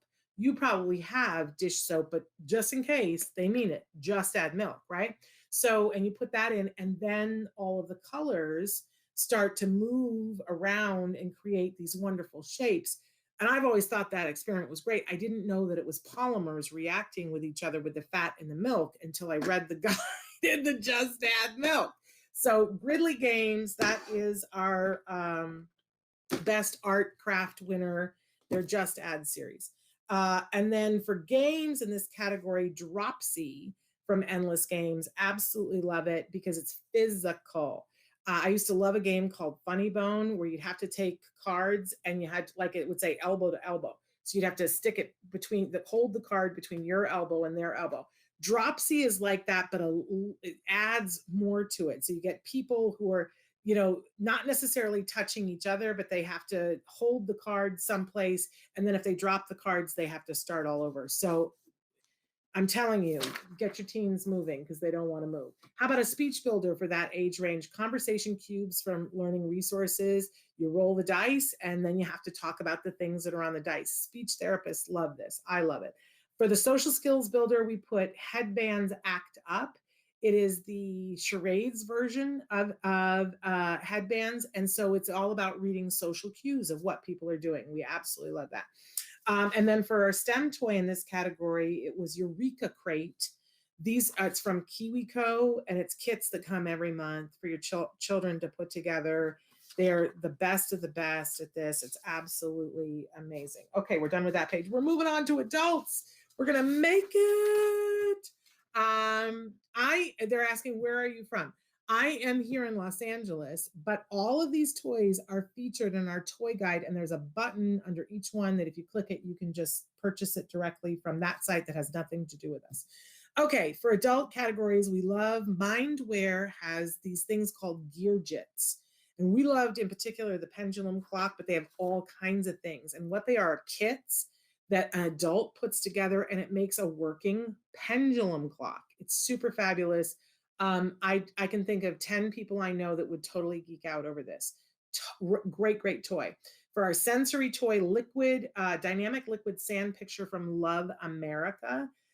It's one of those things you put it on, it's small, you put it on a bedside table and you flip it and the sand slowly filters down. Great for our kids and teens to regulate. This is for adults though, but it could be for a lot of people. Also love, in fact, I have some behind, I don't know if you can see, dominoes. If you've never played Mexican Train dominoes, so fun. You can play it with everybody in the family for the holidays. A 3-year-old can play it and can be taught how to play it, and they can match colors and numbers and count numbers. There's so many things to do, but you can play it with the 77-year-old grandpa too. So much fun. And Endless Games has a new version of it out that's really fun, and it comes with, there's a whole thing about how you have to build your own train, and it has different colored trains. It makes it really, really reinforcing. Okay, the next one is our best puzzle award for adults, and this is just craziness here. So Rebbit makes these, and this is what won. They make 3D Harry Potter puzzles. So it's a puzzle, but you build up. So it's a puzzle, but it's construction. And we chose the Diagon Alley, and it's a total of, woo, I'm being attacked by puzzles. I think there's a total of 4 of them.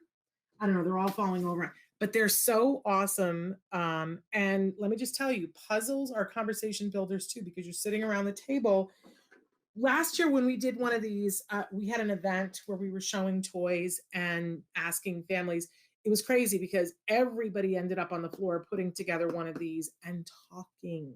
And I'm talking about folks on the spectrum of all ages were talking, and they weren't necessarily talking about the puzzle, but they were talking.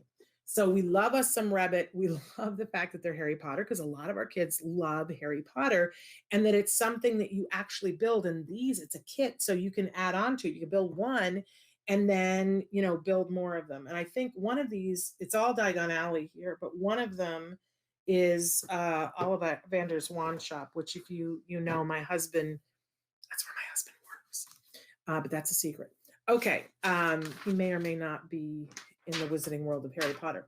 Our best book in this category is Call of the Wild. There is the movie version of it that's out, that's not called Call of the Wild this year with Harrison Ford. I don't know what it is.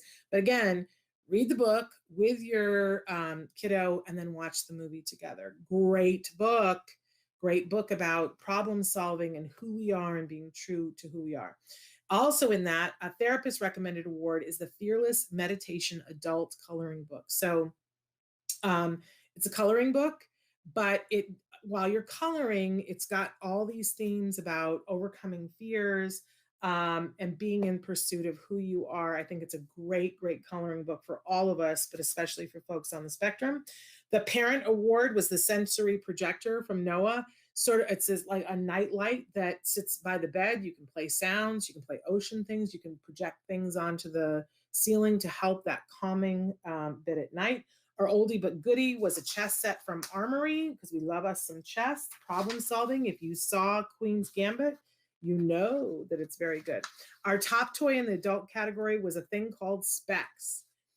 It's this ball of metal balls that are magnetic, that stick together. You can smash it, you can flatten it, you can stretch it, you can build things out of it. It's crazy good.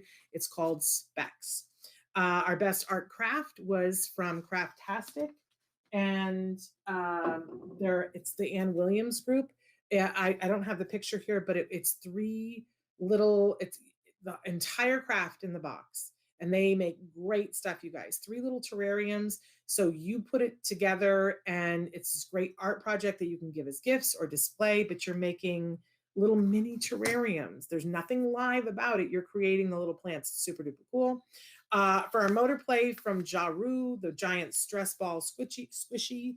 And then for the best game in this category, I've been talking about this a lot. This is from North Star Games. And we love North Star Games. They've been such a big supporter of us, but this is an amazing game. It's a speech builder, but it's also a social skills builder. You can play with a group of people. It's really fast moving and super fun. And there is no wrong answer. I love that about it. We're going to go a little bit over here. Okay, so our social skills builder, I haven't tried this yet, but I can't wait to. Mattel has a new Pictionary Air. And I want to try to do this with people distance, but basically you draw in space, and this game allows for people to see it while you're drawing in space, for them to see it on their phones. So it's got a wand. I just think it's absolutely wonderful and a great way to connect across distance. And our STEM toy is something called True Balance. It's a handheld thing. It looks like it's a kiddie toy, but it's really for adults because you have to like focus.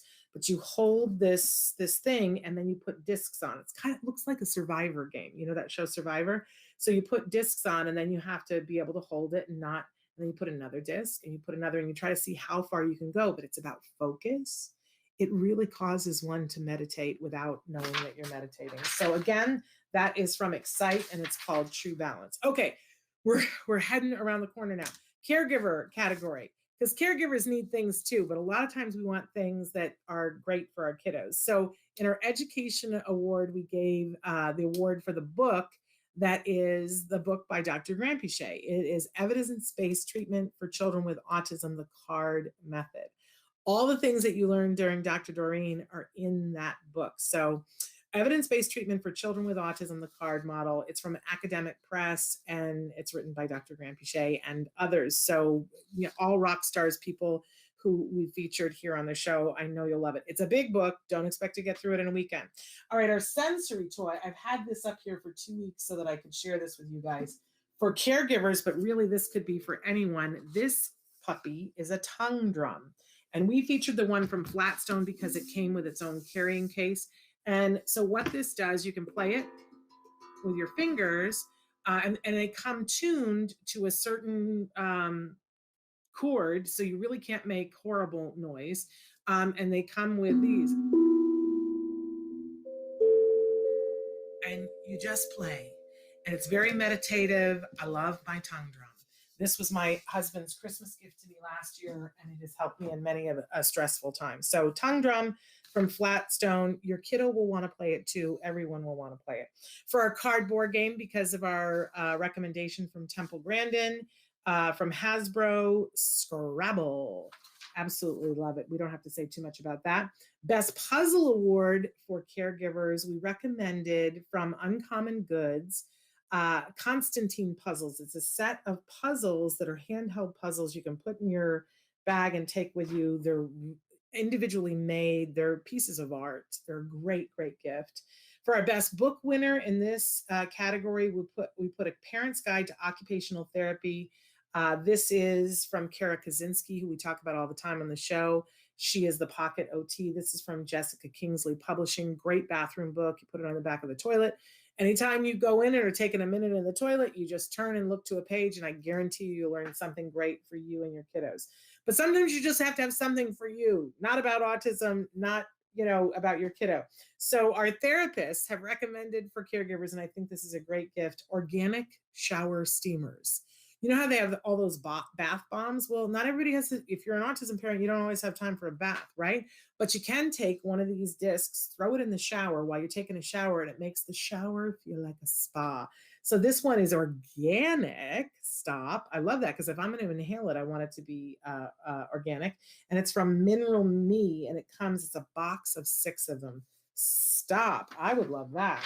Okay. Also, the parent recommendation of what we would like is another coloring book that's just about mindfulness. It's the Mindfulness Adult Coloring Book put out by Emma Ferrarones. And I love it because, I have an app right now on my phone that I'm coloring with, but I think the physical motion of coloring, it's been proven to be a stress breaker. Our oldie but goodie in this category is also from Mattel, Classic Monopoly. Play some over the next couple of weeks. And our top toy winner for caregivers on the autism spectrum is an Amazon gift card, because who wouldn't want that, right? And then for our art and craft, I've been talking about it for weeks. These sticker and chill, they're also from Craftastic and Williams Group. I've had so much fun with these, you guys. It's color forms for adults. I'm addicted to them. It is just so wonderful. I can do it when I'm on the phone. It's helped to keep me centered. I can tell you that part of my sanity is because of these. If you're looking to do more motor wise, we love fitness dice from Chronicle Books. It's like having a fitness trainer there. You roll the dice and it tells you a number and an activity. Like you got to do 8 sit-ups. And then you just do whatever the dice say and you don't have to think about it. It's really, really cool. Great gift. Our speech builder winner for caregivers, great book put out by Melissa and Doug. It's called Talking with Your Toddler. Now, I want to give the disclaimer, this is not about kiddos on the autism spectrum, but it's got 75 little activities to draw language out of children. And that's still good for our kids. Also in this category, the Family Talk, this one from Discovery Toys, won our social skills builder. I really think get a couple of these, put them, they come in this great ring, put them in a bowl on the middle of your table. And every night you sit down to dinner, everybody puts the phones away and you ask a question. What is something you would like to learn how to do? I guarantee you when you start doing this, your kids are going to be like, what? Why are we doing this? I don't want to do this. You model the behavior. You go, you know what I'd like to learn how to do? I would like to learn how to belly flop into a pool full of Jello. Now you got their attention.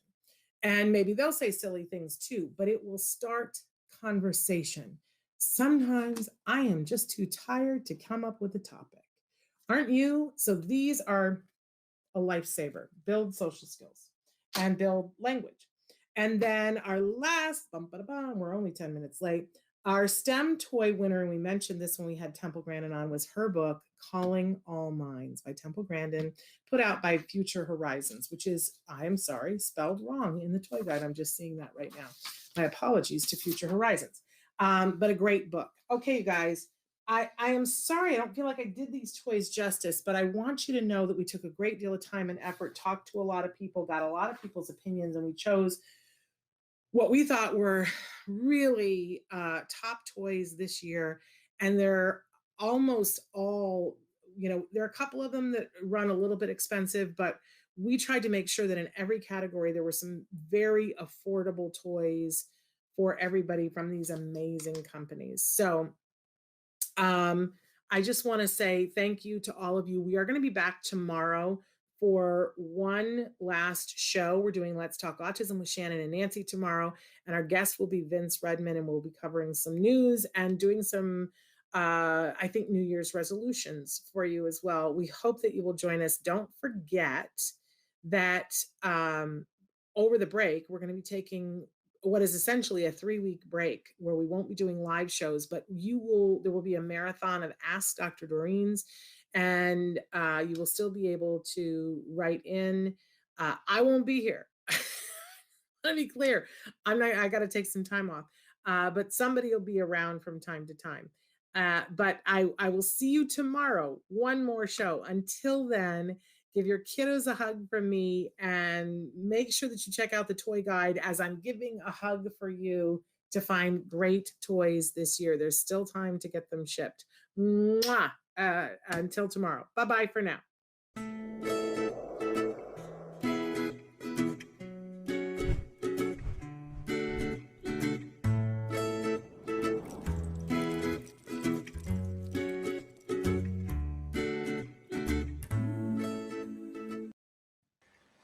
Good morning. Good morning and welcome to Let's Talk Autism with Shannon and Nancy. I'm Shannon. And I'm Nancy. How about that? How about that? And we're both wearing our red today. Have you got on red? I've got to take down the chat here. Oh, now I see you. Yeah, Yep, I've got red, but I put my sparkly on top of it. Oh, that looks so pretty, Shannon. Well, I don't know, but it's what I have on.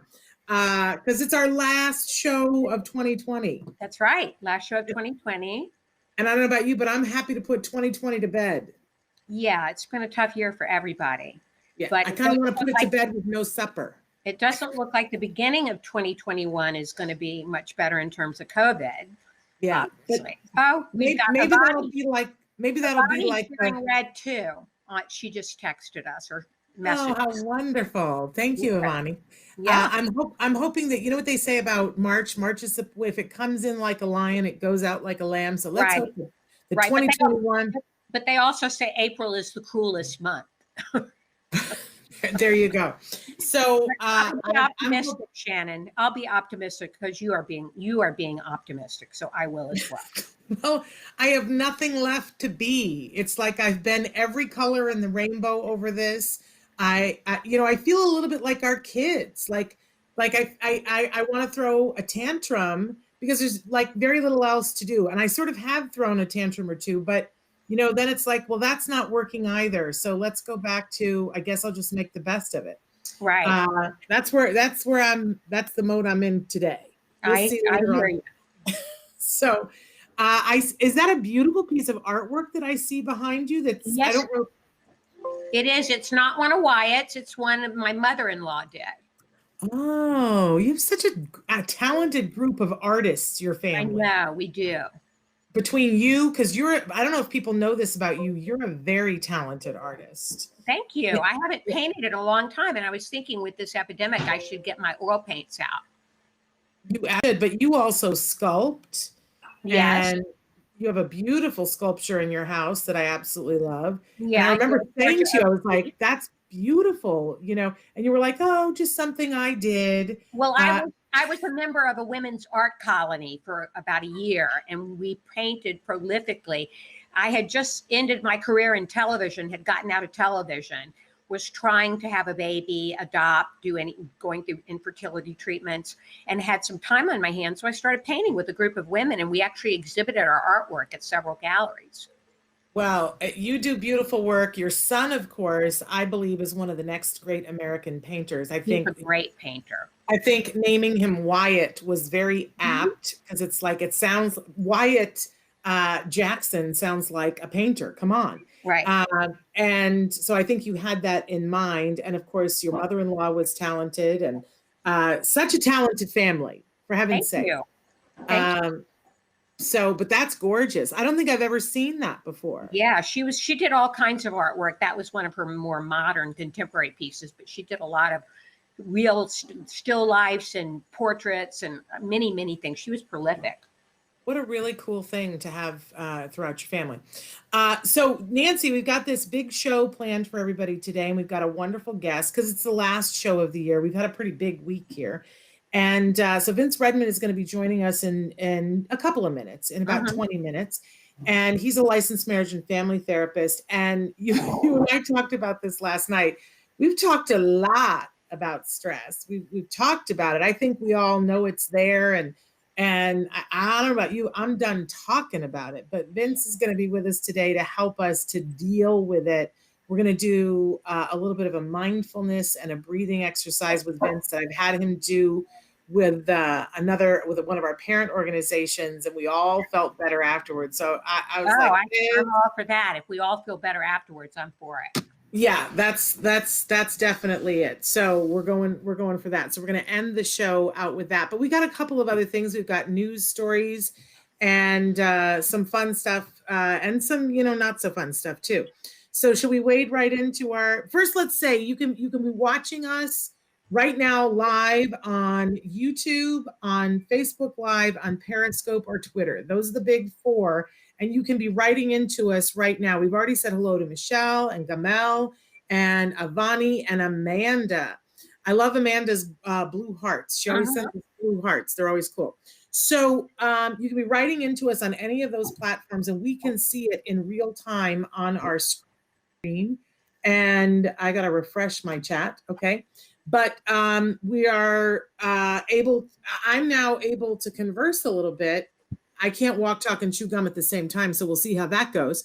But we're thrilled to have you interact with us live. If you're watching us later on, sometime in the future, 3 hours from now or 8 years from now, you still have the ability to interact with us I hope 8 years from now you can still interact with us, but on our not our YouTube, not our Facebook, on our own page, autism-live.com. There's a chat button and you can write in questions there as well. So if you're watching recorded. And Nancy, we are on more platforms for podcasts now than ever It's before. amazing how many platforms you're on. Yeah, we're on iTunes, we're on Apple Music, we're on Google Music, we're on iHeartRadio, Deezer, Spotify, pretty much any place that you, Ghana, I love that. Google right. So any place where you get your podcasts for free, Deezer, you can find it there. Yep. So check us out in those places. Can I put in a plug at the end of the year that if you have enjoyed any content here, we don't ask you to send us money. That is not what this is about, but we love it if you share us with more people. You can like us on any of the platforms that we're on. You can review us in any place that there is a review. We love that because that gets more eyeballs to see the information. And that's really what we're about here, is to be here to provide information and inspiration, but we don't spend money on marketing. We count on you guys to do our grassroots marketing by just telling one other person. You know, if you're watching us on Facebook, if you know a parent or an individual on the spectrum who could use this show, type their name in so they'll be tagged on it and they'll go, what's this? You know, if you feel comfortable doing that. But we love it when you like us. We love it when you subscribe. We love it, you know, when you do whatever it is that you do that tells other people that you're here and that you're watching and that there's something of value here. So no cards and gifts for the holidays, just like us and share us. That's all we're asking for, right? Right. So Nancy, we've got some news stories because that's how we always start out. Let's Talk Autism with Shannon and Nancy. Right. Some of them are less than fun. We're just going to say that. One of them particularly. But this first one is actually very hopeful. It's out of Forbes. And it says how one company is redefining hiring and working with people with autism. And it's basically about Dell Technologies and their very innovative program to help solve the problem of unemployment for those on the autism spectrum. Shannon, it's still a really big problem. 85% of those with autism are unemployed. It means that 2/3 of people with autism are not working. And the pandemic rate has twice the amount of unemployment with people on the spectrum as it does for regular people. So this obviously results in all kinds of problems, higher social isolation. I don't know about you, but I know some parents whose kids have been laid off from their jobs because of the pandemic, because they're no longer able to go to work. Absolutely. What I really love is that one of the things that this article talks about, again, it's in Forbes, it's lengthy. I would encourage you to go check it out. But one of the things that it talks about is that Dell had a program that was for bringing individuals on the spectrum in, but that in COVID, it was forced to go virtual, and that has been a plus.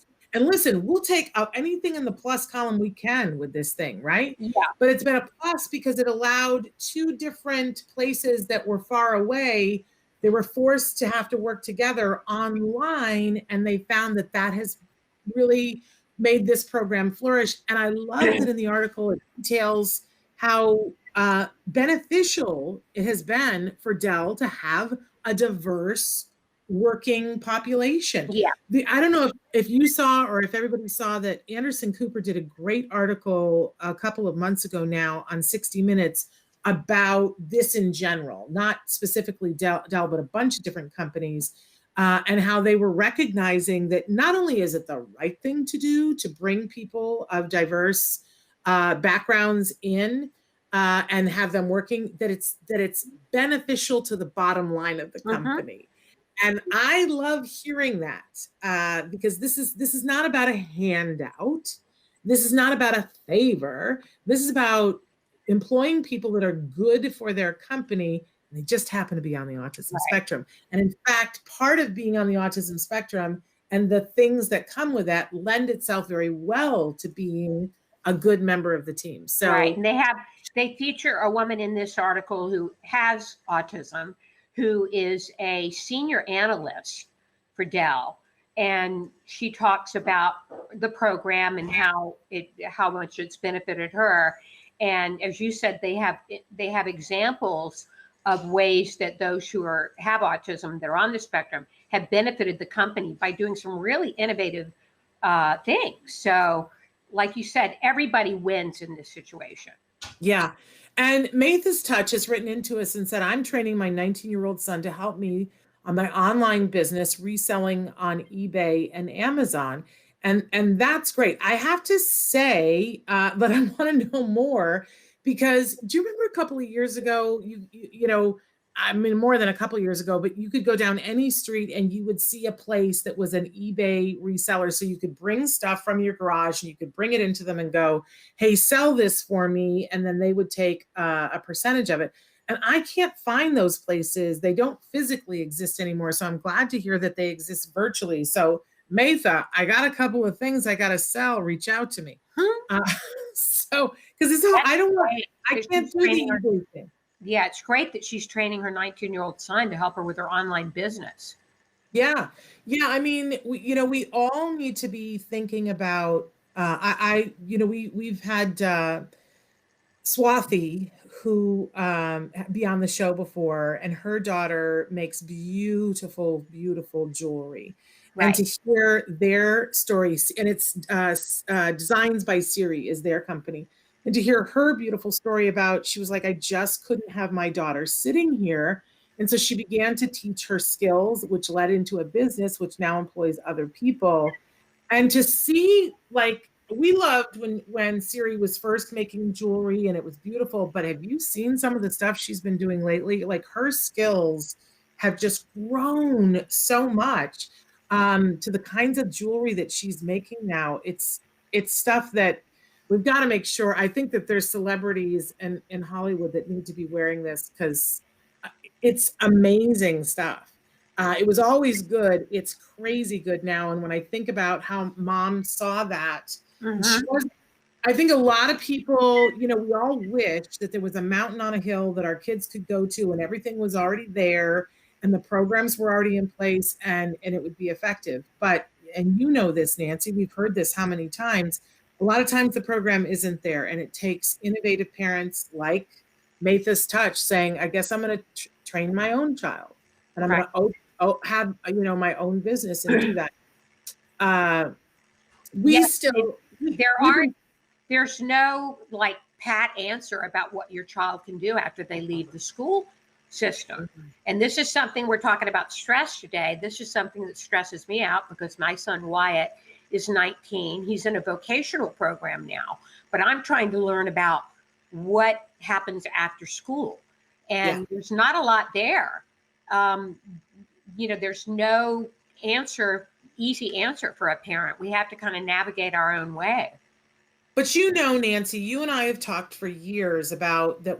We have said forever that we need to host an art gallery experience for Wyatt where he can show off his work. And, things have happened along the way that have gotten in the way of that. But I think now, we should really be getting him a virtual gallery. I agree. A website, and that people could come and see Wyatt's work. He has a website already. He has a website. Okay. Well, then, we just need to put a storefront on it because I think that people would purchase art and purchase prints of his art. Right. Because, that one that I show to everyone, Nancy, to this day, I show to everyone was the one where he was doing mixed media. And it's the coolest. I would buy a print of that and I would have that hang framed in my office. Oh, wow, Shannon. Thank you. I absolutely would. I have the next time I'm ever in my office, but I have some of his artwork that he has gifted to me before. But that one print sings to me. It just right. And I know that there would be other people. I'll tell you what I would love is note cards with his artwork on it. When I have to dash off a note to somebody, right. The Art of Autism used to put those out every year and I loved them. And I don't know if they still do, but there was artwork by individuals on the autism spectrum. I don't want to send, something that's generic when I'm sending a card to somebody. So, all right, we have work to do over this holiday. You're going to help me. I am going to help you. I get excited about that. Because I'm just going to say this. I have had this vision for years that I don't know whether it was a dream I had or what, but it was like a picture fully formed in my head of Wyatt and Nancy, and Wyatt was an adult and he was probably 13, 14 at the time, and that they were at a showing for Wyatt's work. And in the dream, or whatever, the vision or whatever it was, I believed in my head it was Paris, but I don't know whether it was Paris or not. I'll take that. So I always think, okay, well, that's where we got to get to. Okay. And you were wearing this really cool coat that had this cowl on it, and it was a very specific thing. So I'm going with that vision. Okay. Amanda said she would absolutely buy prints. She bought one from Rainbow Moshe. Yes, who we've had on the show. So it's all out to supper. I don't know what that means, but Rainbow Moshe. I think she's saying it's all about support. Oh, it's all about support. Yeah. It's all about supper. Amanda, we appreciate your support. It is all about the support. So thank you so much for that. That's awesome. Okay, now we got to, and here's why it's all about the support. Have we decided, Nancy? Are we going to go to, because we debated last night whether to share this story. Are we going to tell it or not? Yeah, let's tell the story. I think okay. It's an interesting story. It's out of we got to warn everybody. You got to strap in because this is not a good story. But we're hoping that this can still have a happy ending. Right. Okay, it's out of USA Today and it's out of The Nation, and it says you need to get him out of there. Vermont man with autism lived in 6 facilities in 1 year. And what this story does is chronicle the journey of Travis Luxembourg, who lives in Vermont, and his really circuitous path to living independently as an adult. He's 33, I believe, and the struggle his mother has had to place him. And it's really a very disturbing story. It's harrowing, and he still is in a placement where his mother does not believe is appropriate for him. The placement has filed documents saying that it is and why. She thinks that he is being over medicated, and that is a discussion. I think the hardest thing, as I was reading it, that I just kept feeling the hope of the mother, that she was like, okay, I got to have someplace to put my son because it's not working at home. She needed more support for him. So she found this place, and there was all this funding. She researched it. She did all the things that you're supposed to do. Right. She put him in that placement, and it wasn't really working. Right. But it was a log cabin, and it was called The Nice Place. Yeah. And she was trying. Go ahead. She had gone to great lengths to establish this home for him that he was supposed to be in with caregivers around the clock and people that could run a program for him. It was designed specifically around his needs and would provide at least 2 caregivers at all times, an autism specialist, and improved security measures. And Parker has written in saying those institutions need to be shut down. I want you to know, Parker, that this mom was not putting him in an institution. She was putting him in a place where it was going to be his home. But there were going to be, so it wasn't going to be with a whole bunch of other people. It was going to be his home, but there were going to be people living with him that were going to support him. And there was supposedly funding for that. But they had trouble staffing it, and they couldn't get an executive director who really knew what they were doing. And so the money kind of went to waste, and they weren't really supporting him.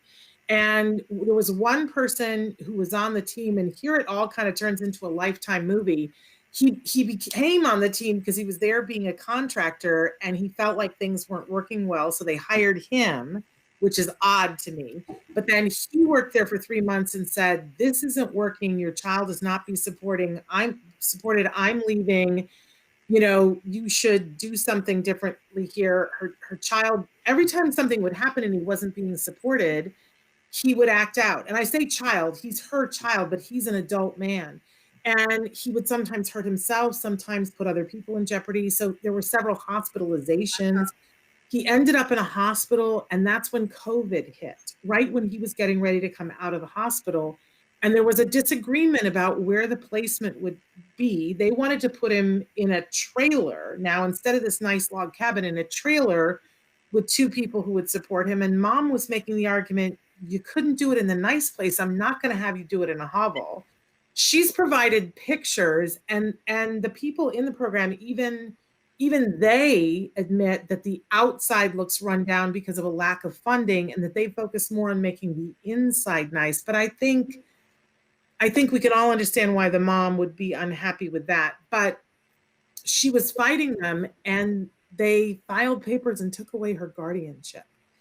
And while they can't really talk about how they were able to do that and what circumstances were, and we don't know, I just can't imagine, while you're fighting for your child to be in a place where they're safe and not finding it, having people now fight and take away, and they did take away her guardianship. Right.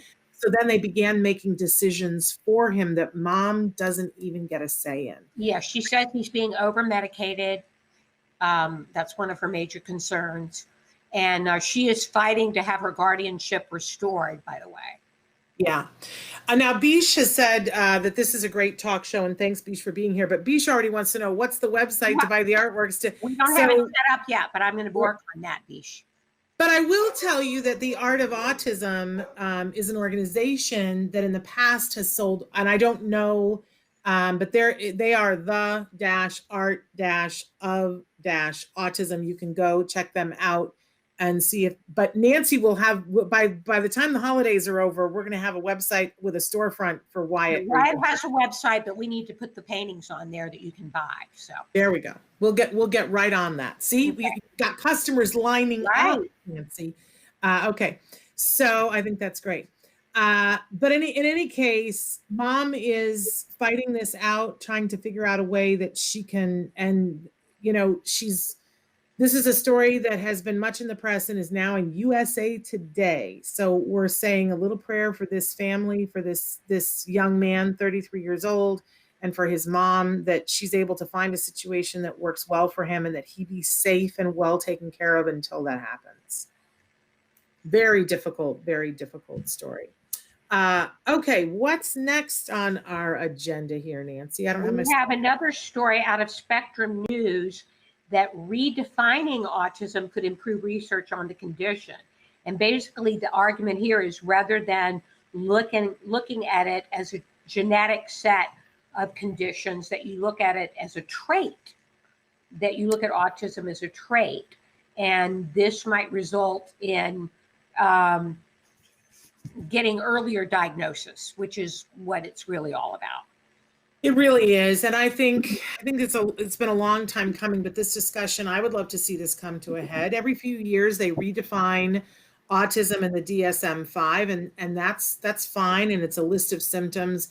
But I know a lot of people who take issue with the fact that it's autism spectrum disorder, and that there are no words to describe autism that aren't a disorder.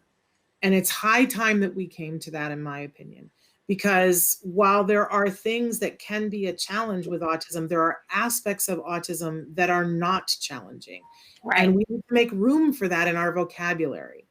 I'd also like to see us make room for more words, because no two people with autism are exactly alike. And when we put it all in one category, it's very confusing for everyone. So I'd like to see more words instead of less words. Yeah, I think when we tried to take Asperger out of the equation, I don't know, that didn't help anyone as far as I'm. No. And they point out that the average age of diagnosis is 4, which is how old my son was when he was diagnosed. But we all know that that's not ideal. No, I mean, that is not the ideal age. If he could have started his ABA program at 2 instead of just under the age of 5, I think about that every day. What could have happened? Right. And I think a lot of people do. And so the fact that, I mean, I guess a couple of years ago, the average age was 7. So we're moving in the right direction. Mm-hmm. Yippee, I guess. But if we could get to the point where the first time that they're screening for autism is at a year, folks, 1 year old. If we could get closer to that marker of identifying kids who are at risk, we would have more people having less challenges. I think, which is what we all want more than anything else. Yeah. My son was never screened. Wyatt was never screened for autism. Your pediatrician, like, no, he did not screen him for autism. I called my pediatrician when Wyatt was just turned 3 and said that he had such significant language delays and was having such severe tantrums. And he basically poo-pooed me and said, well, kids that don't speak have tantrums or having problems with language, and boys talk later than girls. Let's give it some time. So that was, even further delayed. And finally, when I took him in at a little bit over 3, he said, well, he's at least a year delayed, so you need to have him screened somewhere, and gave me a clinic where to have him screened. And they said, well, he could be on the autism spectrum. And then he was misdiagnosed with PDD NOS, and it wasn't until a regional center diagnosed him at age 4 that he had the autism diagnosis.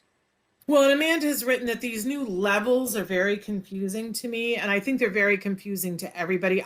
Just the other day, somebody was sharing their diagnosis of their child with me, and that they had decided that they wanted me to look at it. And I'm I don't know why, but we were looking at it together, and I saw that the expert had given them a 1 number rating, which we see all the time. Dr. Grampiche on Ask Dr. Doreen, she'll ask someone, did you get the diagnosis? What did they say? And people will say, well, level 1.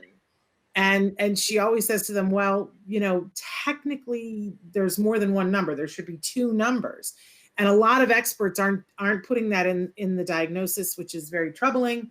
But it is supposed to, the point of it is supposed to say, how much support does someone need?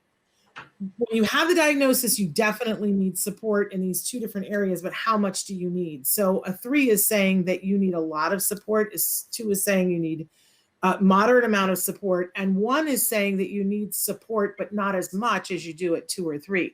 But the problem is that a lot of people are interpreting it, oh, your child's a 1, so he doesn't need support. No, the very definition of it is that they need support. So I do think it's confusing, because I think that the people who trained folks in how to diagnose maybe need a refresher course, because they're putting it on the documents. It's crazy to me. All right, we got to move on because Vince is going to be here in a minute. But our next story was, and we've already talked about this a little bit on the show this week, but if you happen to watch it all over the weekend, the Ed Asner Family Center, we featured them last Friday here on the show. They did their table read of It's a Wonderful Life with Pete Davidson playing George. He was sublime, you guys, I gotta say. And Ed Asner, I gotta hear about Ed as Mr. Potter. What really? I mean, he could have done that in his sleep. Everybody said, curmudgeon central. He didn't even have to stretch to do it, right? But it was great. Your good friend Tom Bergeron was the host of it, and he was delightful as always. I'll tell you who else was great was Vanessa Williams. Read the stage directions. She read the stage directions with her brother. They sort of switched off. But Nancy, it's the master class. No one can ever read stage directions again in the way that they used to, because she did it with such joy. What a professional she is. And BD Wong was amazing. But I will tell you, our good friend Spencer Hart was the hit of the night. Yeah, I heard. She played Jaju, right? Zuzu. And I get crazy goosebumps. There was this moment, it's a reading on Zoom and people were acting, and BD Wong was putting on different hats and, doing, I mean, it was great to watch these actors work out. But, it's Zoom. So, a lot of like really connecting with people. But there's the moment where Zuzu gives him, and there's no props. They're not acting it out. They're just reading. But Zuzu gives him her rose, and he said something to her, and she leaned in and she said, "What?" And then he leaned in, and they were talking to each other. It was, and you can watch it. Here's the thing. Don't take my word for it. You can watch it. Go over to the Ed Asner Family Center. It's only available until New Year's Eve. I do want to encourage everybody. They're doing it to raise funds for the online classes that they've been offering in COVID that have been free to people around the world. So make a donation of any kind, of any size, but go watch it. It's so good. Yeah, If the you Adolescent Family Center definitely needs your support in this time of COVID, Yes. so they can continue to do the great programs that they've been doing all during the pandemic. Yes, yes, more. They've added programs and they've been free online to anyone. If you have teenagers and if anybody has reached out to me and said, I don't know what to do, my teen has no social support, and I've said, at Asner Family Center, they have so many kids that are on now. They're doing 2 different movie chat groups with Chelsea Darnell where they watch a movie in their free time. She tells them which movie to watch, then they get on and they talk, and it's free, you guys. It's just absolutely amazing. So, but please watch. I'm telling you, even if all you do is fast forward to the second act where there's that moment between Spencer and Pete Davidson, it was like my favorite. I still get goosebumps thinking about it. Okay, the other thing, because then we got to go, Vince is going to be here, is that over the weekend, there was the 7th annual Sensitive Santa event hosted by We Rock the Spectrum at their fabulous gym. Couldn't do it in the way that we normally do it, but I got to say thank you to Dina Kimmel and her team. They did a great job. They did a drive-through, and we finally have our video. I think Traven's got it up, ready to show. Traven, are we ready to roll video? And then we'll come back with Vince. So I think you're going to get to watch the video. Go for it. Thank you.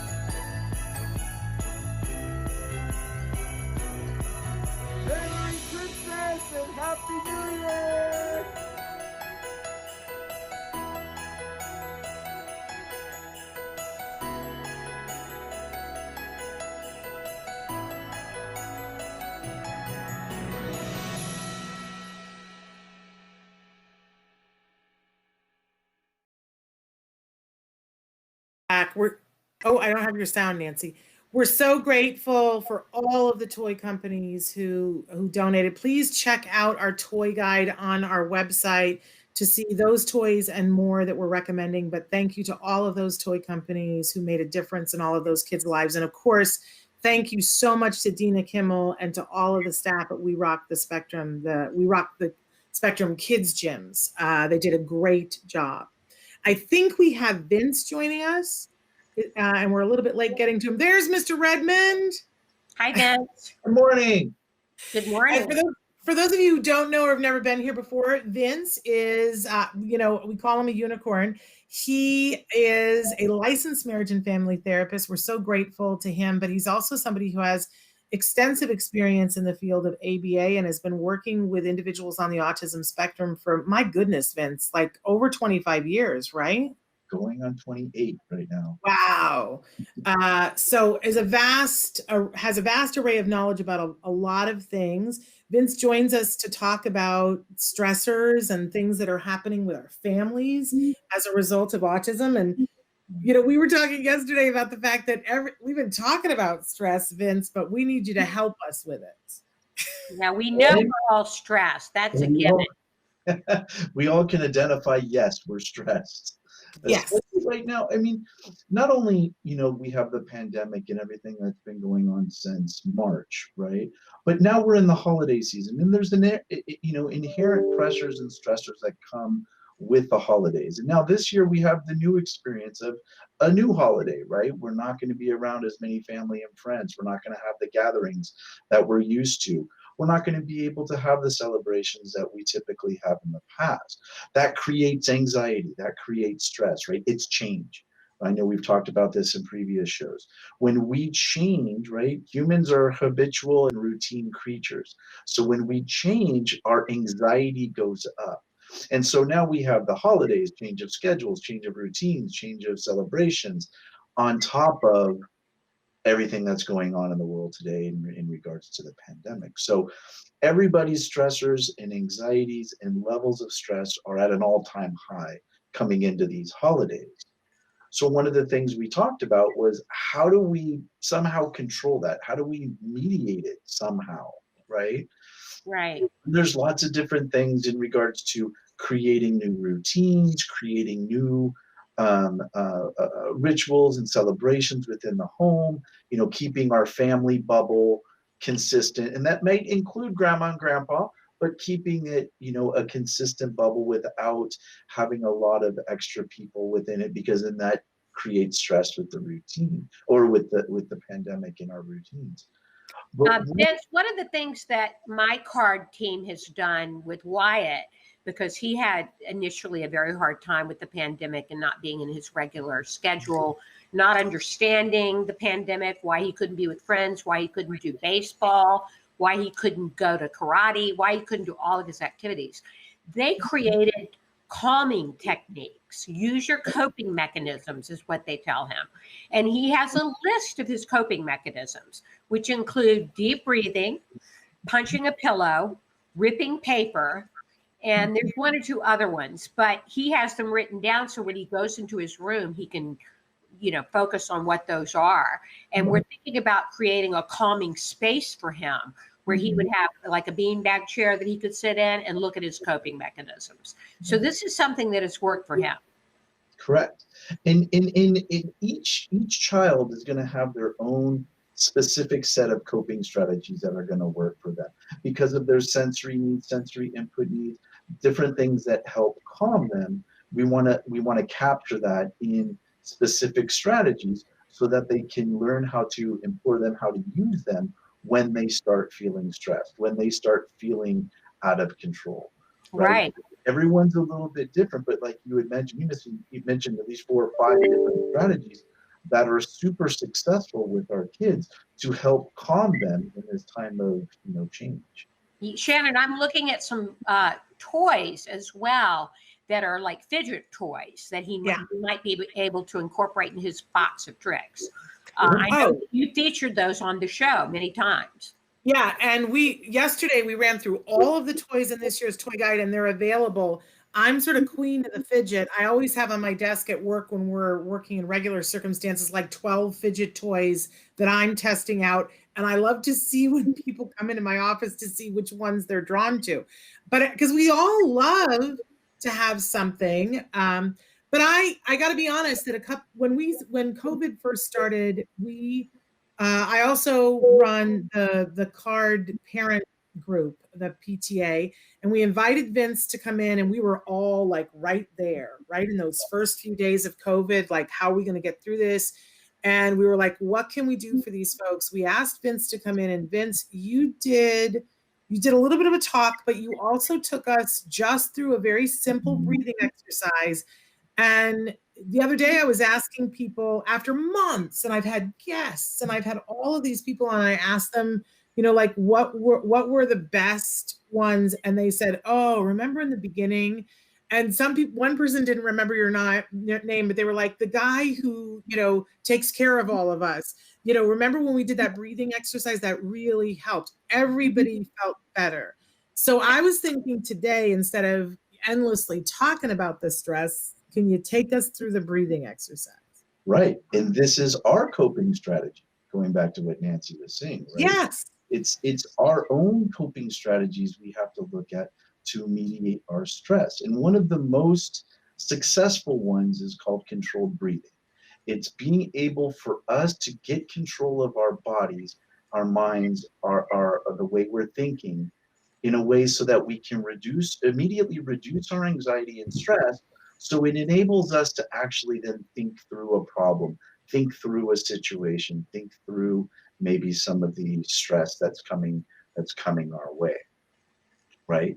And the way I like to look at it, and it's done several different ways, but the way I program it and I deliver this to my clients is 4 steps. It's a 4-step process, right? So when we start feeling stress and we start to feel a little bit on edge, like we're losing control of things, right? Where it's starting to get to overwhelm, it's starting to get to, I don't know what to prioritize and what to do next. The first step we need to do now is just stop doing what we're doing, whatever that may be. It could be working, it could be working with our kids, it could be cooking dinner, whatever we're doing, stop. Find a spot you can go to where it can just be as distraction free as possible, right? It could be a bedroom, a bathroom, outside, could be on a walk, could be anywhere where we can just have a little bit of quiet, right? At least less distractions. So the first step is stopping. The next step, and this is the one that controls our breathing, it's the breathing step, right? So here we want to learn how to control our breathing, control the flow of our blood, control our blood pressure. We want to bring our anxiety from way up here and slowly start to bring it down to where now we have control over it. So the first step with the breathing is we close our eyes and we slowly breathe through our nose as our lungs fill as high as we can go. Hold it for 3 seconds and then slowly release and blow out from your mouth. Okay, so in through our nose, feeling our lungs fill, feeling our diaphragm move up, right? Feeling the air now releasing it, blowing it out of our mouth. Feel that tension, go with it, right? Concentrate on your breathing, feel what it feels like, what it tastes like, what it sounds like. Feel our body and feeling the tension be released. Right? We want to do this 10 times. Only concentrating on our breathing and our body. Once we get to that 10 times, you're going to feel your body relaxing. We're resetting our mind to a calming state, a state of control, a state of composure. Once we've done our 10 breaths and we've only focused on our breathing, we've listened to ourselves, we've felt ourselves, we feel and can, hear the tension leaving our bodies as we exhale, right? The way to always remember the breathing is a little funny phrase, right? You smell the flowers and you blow out the candles, right? So we breathe through our nose and out our mouth. Now, when we've done it 10 times, now we're in a calmer state. That is step 2.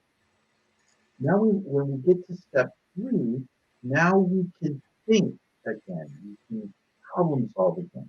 We can think about what are the things we need to do? What is the best resolution, or what are our options now to resolve this issue, stress, maybe move forward with a plan? What are our priorities, and so forth? We're now logically able to think. We're not just overreacting and emoting anymore.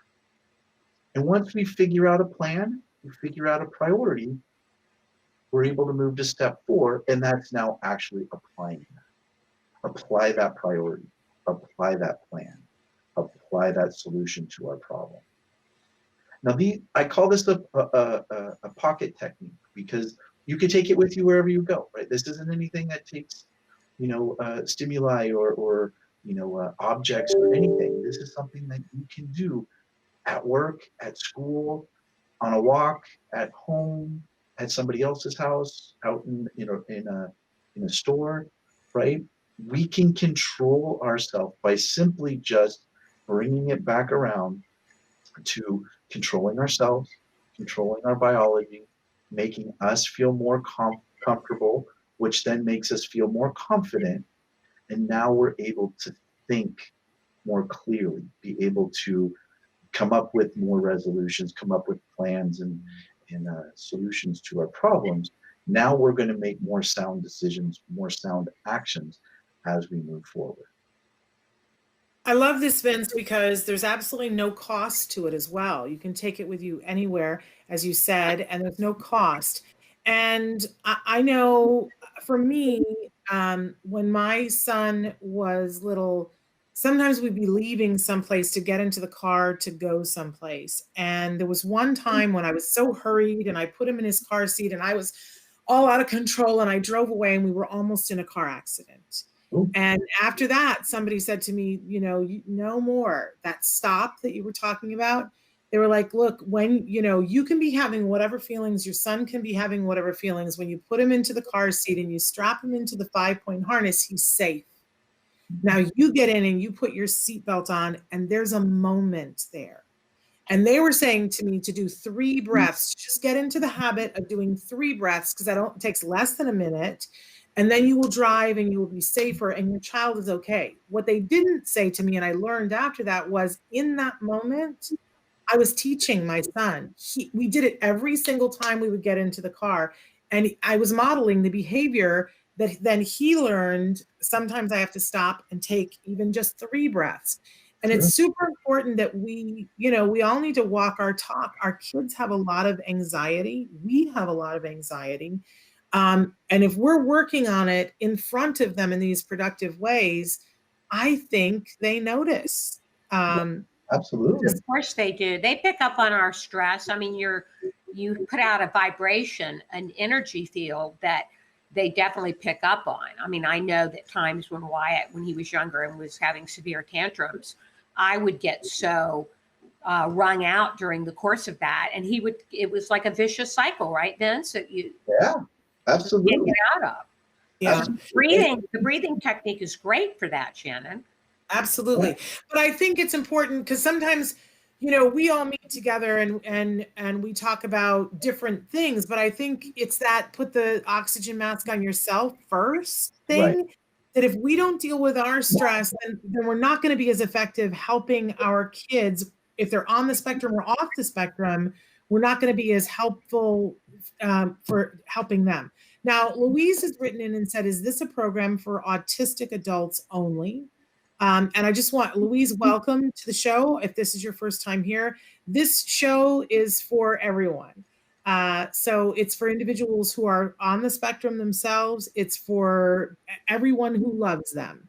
So it's for caregivers, it's for teachers, it's for people who are therapists, anybody who has a stake in loving someone who's on the spectrum or being on the spectrum themselves. It's for everyone.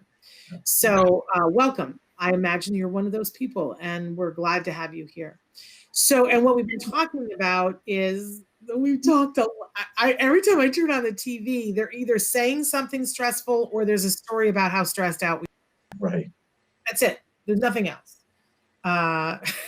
You know, I'm so desperate for and I think a lot of people have just gone on to Netflix because that's all there is on television is stress and talking about stress. So we wanted to take a minute here to do something ourselves. But how does everybody feel now? I want to hear from you guys. Is anybody feeling a little bit better? Good. Okay. So in any case, I'm reading. I'll catch up on that in a second. Yeah. So we have just a couple of more minutes here. And I just wanted to give both of you an opportunity because this is the last show of the year before we sign off. And we'll be playing Marathon Ask Dr. Doreen over these next 2 weeks, actually 3 weeks before we're back on the air. But I wanted to take a second to have you guys either say one thing that you learned in 2020 or one thing that you're hopeful for in 2021. Who wants to go first? Vince, you go first. What am I thankful? Despite, I think for 2020, the thing that I learned is, and it kind of is a contrary to what popular media is trying to portray. But knowing everything, was just humanity for our neighbors and our care of one another. When the pandemic hit, I've never seen so many people gather together to help one another than ever before. Either it be in my neighborhood, it be here at CARD, it be, family members that were buying things for one another, making sure that they were safe, masks and sanitation and toilet paper, let's not forget our big rash of toilet paper, these types of things. And to be honest, it really touched my heart and touched my soul on how much people cared for people. And it wasn't just their family members. People were buying things for other people. People were protecting other people. And I thought that was fantastic. And again, that's like you had said, Shannon, that's in direct contrast to what we see on the media day to day. So I was really touched by that. Looking by 2021, I hope we take that forward. As we move out of the pandemic, I hope that continues. I hope, we continue to be more open, caring, accepting of one another and continue to protect one another, whatever the next thing may be. Maybe it's not a pandemic, maybe it's something else, but we continue to show great humanity for each other. We'll get through anything. Yeah, Nancy? I would second my what I've learned was very similar to Vince, and that is it really truly takes a village, particularly during this pandemic. We knew that before. If you have a child on the autism spectrum, it takes a village between the various caregivers, teachers, therapists, doctors, all the people that work with your child. But I found during the pandemic even more so. And I had a group of core people here helping me, a friend and her daughter who came to stay with me. And Wyatt has 2 caregivers, John and Andrea, 2 aides that are amazing. So I leaned on them more. And for the future, I'm going to continue to lean on people, not to isolate and to reach out, because I think it's easier to isolate.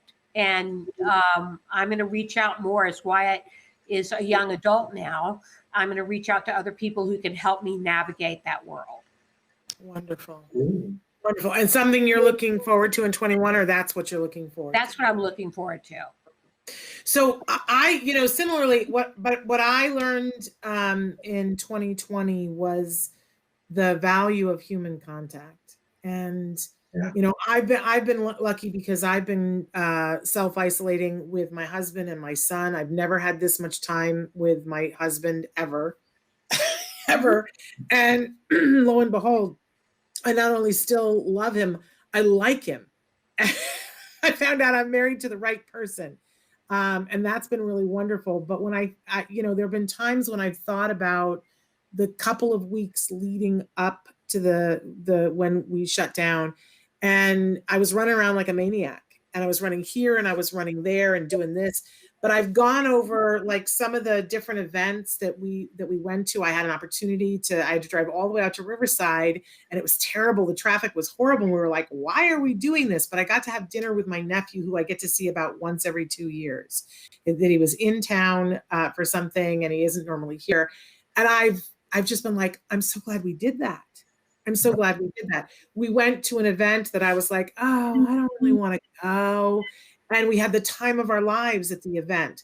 I think I am somebody, I love to stay home, but I am looking forward to a time in our lives, and I'm going to appreciate more every time I get to see a friend. I get to hug them.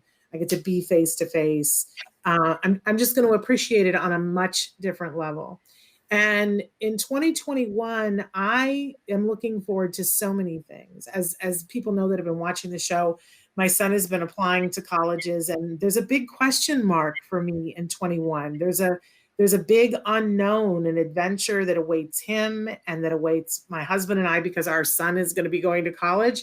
And I don't know what that's going to look like right now. I have no idea where he's going to be living. I know that we want to live close to him, so I don't know where we're going to be living. And it's exciting. At this age, it's like, where is life going to take us next? Shannon, I hope you're taking a minute to sit back and smell the roses, because of your amazing journey with Jim. That he's going to college is such an accomplishment. Wow. Congratulations. Believe me, we are trying very hard to make sure that we go back and thank all the amazing people. I mean, starting with Card, because there's no doubt in my mind he would not be applying to colleges and applying to the colleges that he's applying to had it not been for people like Vince and other people at Card who were there for us time and time again and helped chart the path. So no, we're really, really, every day I'm reminded of how lucky we are, Nancy. But thank you for reminding me about that. We do, every day I try to say to him, I'm so proud of you. And Kashwana is saying, Autism Live, does ABA therapy really work? Well, if I will tell you that it does, because ABA is there to teach individuals things, and all individuals will learn. It's just that different individuals will learn a different amount. Part of it is that there is a prescription, and the prescription says you got to have a certain number of hours, and that the parents have to be as involved as possible. Still, everybody doesn't have the same outcome. And that is just the reality of things. And Vince and Nancy, if you guys want to chime in, but I will tell you that my child started ABA therapy at 3. He was considered nonverbal at that point, and he applied to Harvard last week because he wants to be a screenwriter. So, and what we did was ABA. So really good quality ABA, but we did 40 hours of ABA starting on his 3rd birthday. And we learned everything that we could, and we got lucky. We got lucky because we had access to that. We had great therapists at Card, and we were able to do it. It was hard, but we were able to do it. Now, does everybody who gets 40 hours have that same result? No, but everybody makes progress. Yeah, I would say, I would second that by saying everybody makes progress. My son started ABA when he was 4 3/4 because we got a late diagnosis, but he was nonverbal, having maybe 6, 7, 8 tantrums a day. And we got to the point where he is highly verbal and no longer having, every now and then he still acts out, but we have tools to deal with that now, whereas I didn't before. So huge gains from ABA. And he's a beautiful painter. I think he has a voice that it will be heard through his paintings, aside from the fact then that he can communicate his needs. Right. I love having a conversation with Wyatt. Right. Both boys are so artistic and creative. It's fantastic. Yes. Louise says, my grandson is the same as your son, started at 2.5 and has learned so much, but is still nonverbal. Keep plugging on it, Louise. Make sure he's getting enough ABA, because a lot of people are getting 20 hours of ABA right now. For a 2.5-year-old, your insurance company will pay for 40 if you appeal your decision, and you really want to be at 40 and you want everybody around him to learn it. And we're out of time, but we do know the difference between meltdowns and tantrums. We absolutely do. We've done tons of shows on it.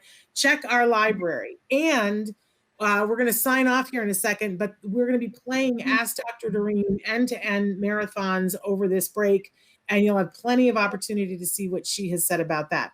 So Vince, thank you for all of that, for so many families, and for being here with us always. We adore you. Yeah, wishing you and Debbie and your girls a very happy Christmas. Thank you. Blessed, we're blessed to go into the new year, and I thank you both for everything that you guys are doing. Happy holidays, be safe, and we'll have a great 2021. Right. That's right. And Nancy, I love you. Thank you so much for being my friend and doing this with me. I love you too, Shannon. Have a happy holiday. You too. And for all of you, we will see you back here live in January. I think it's the second week in January that we'll be back live. Subscribe so that you'll get the newsletter that will tell you.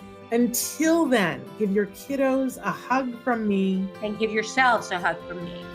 Bye-bye for now. Happy New Year.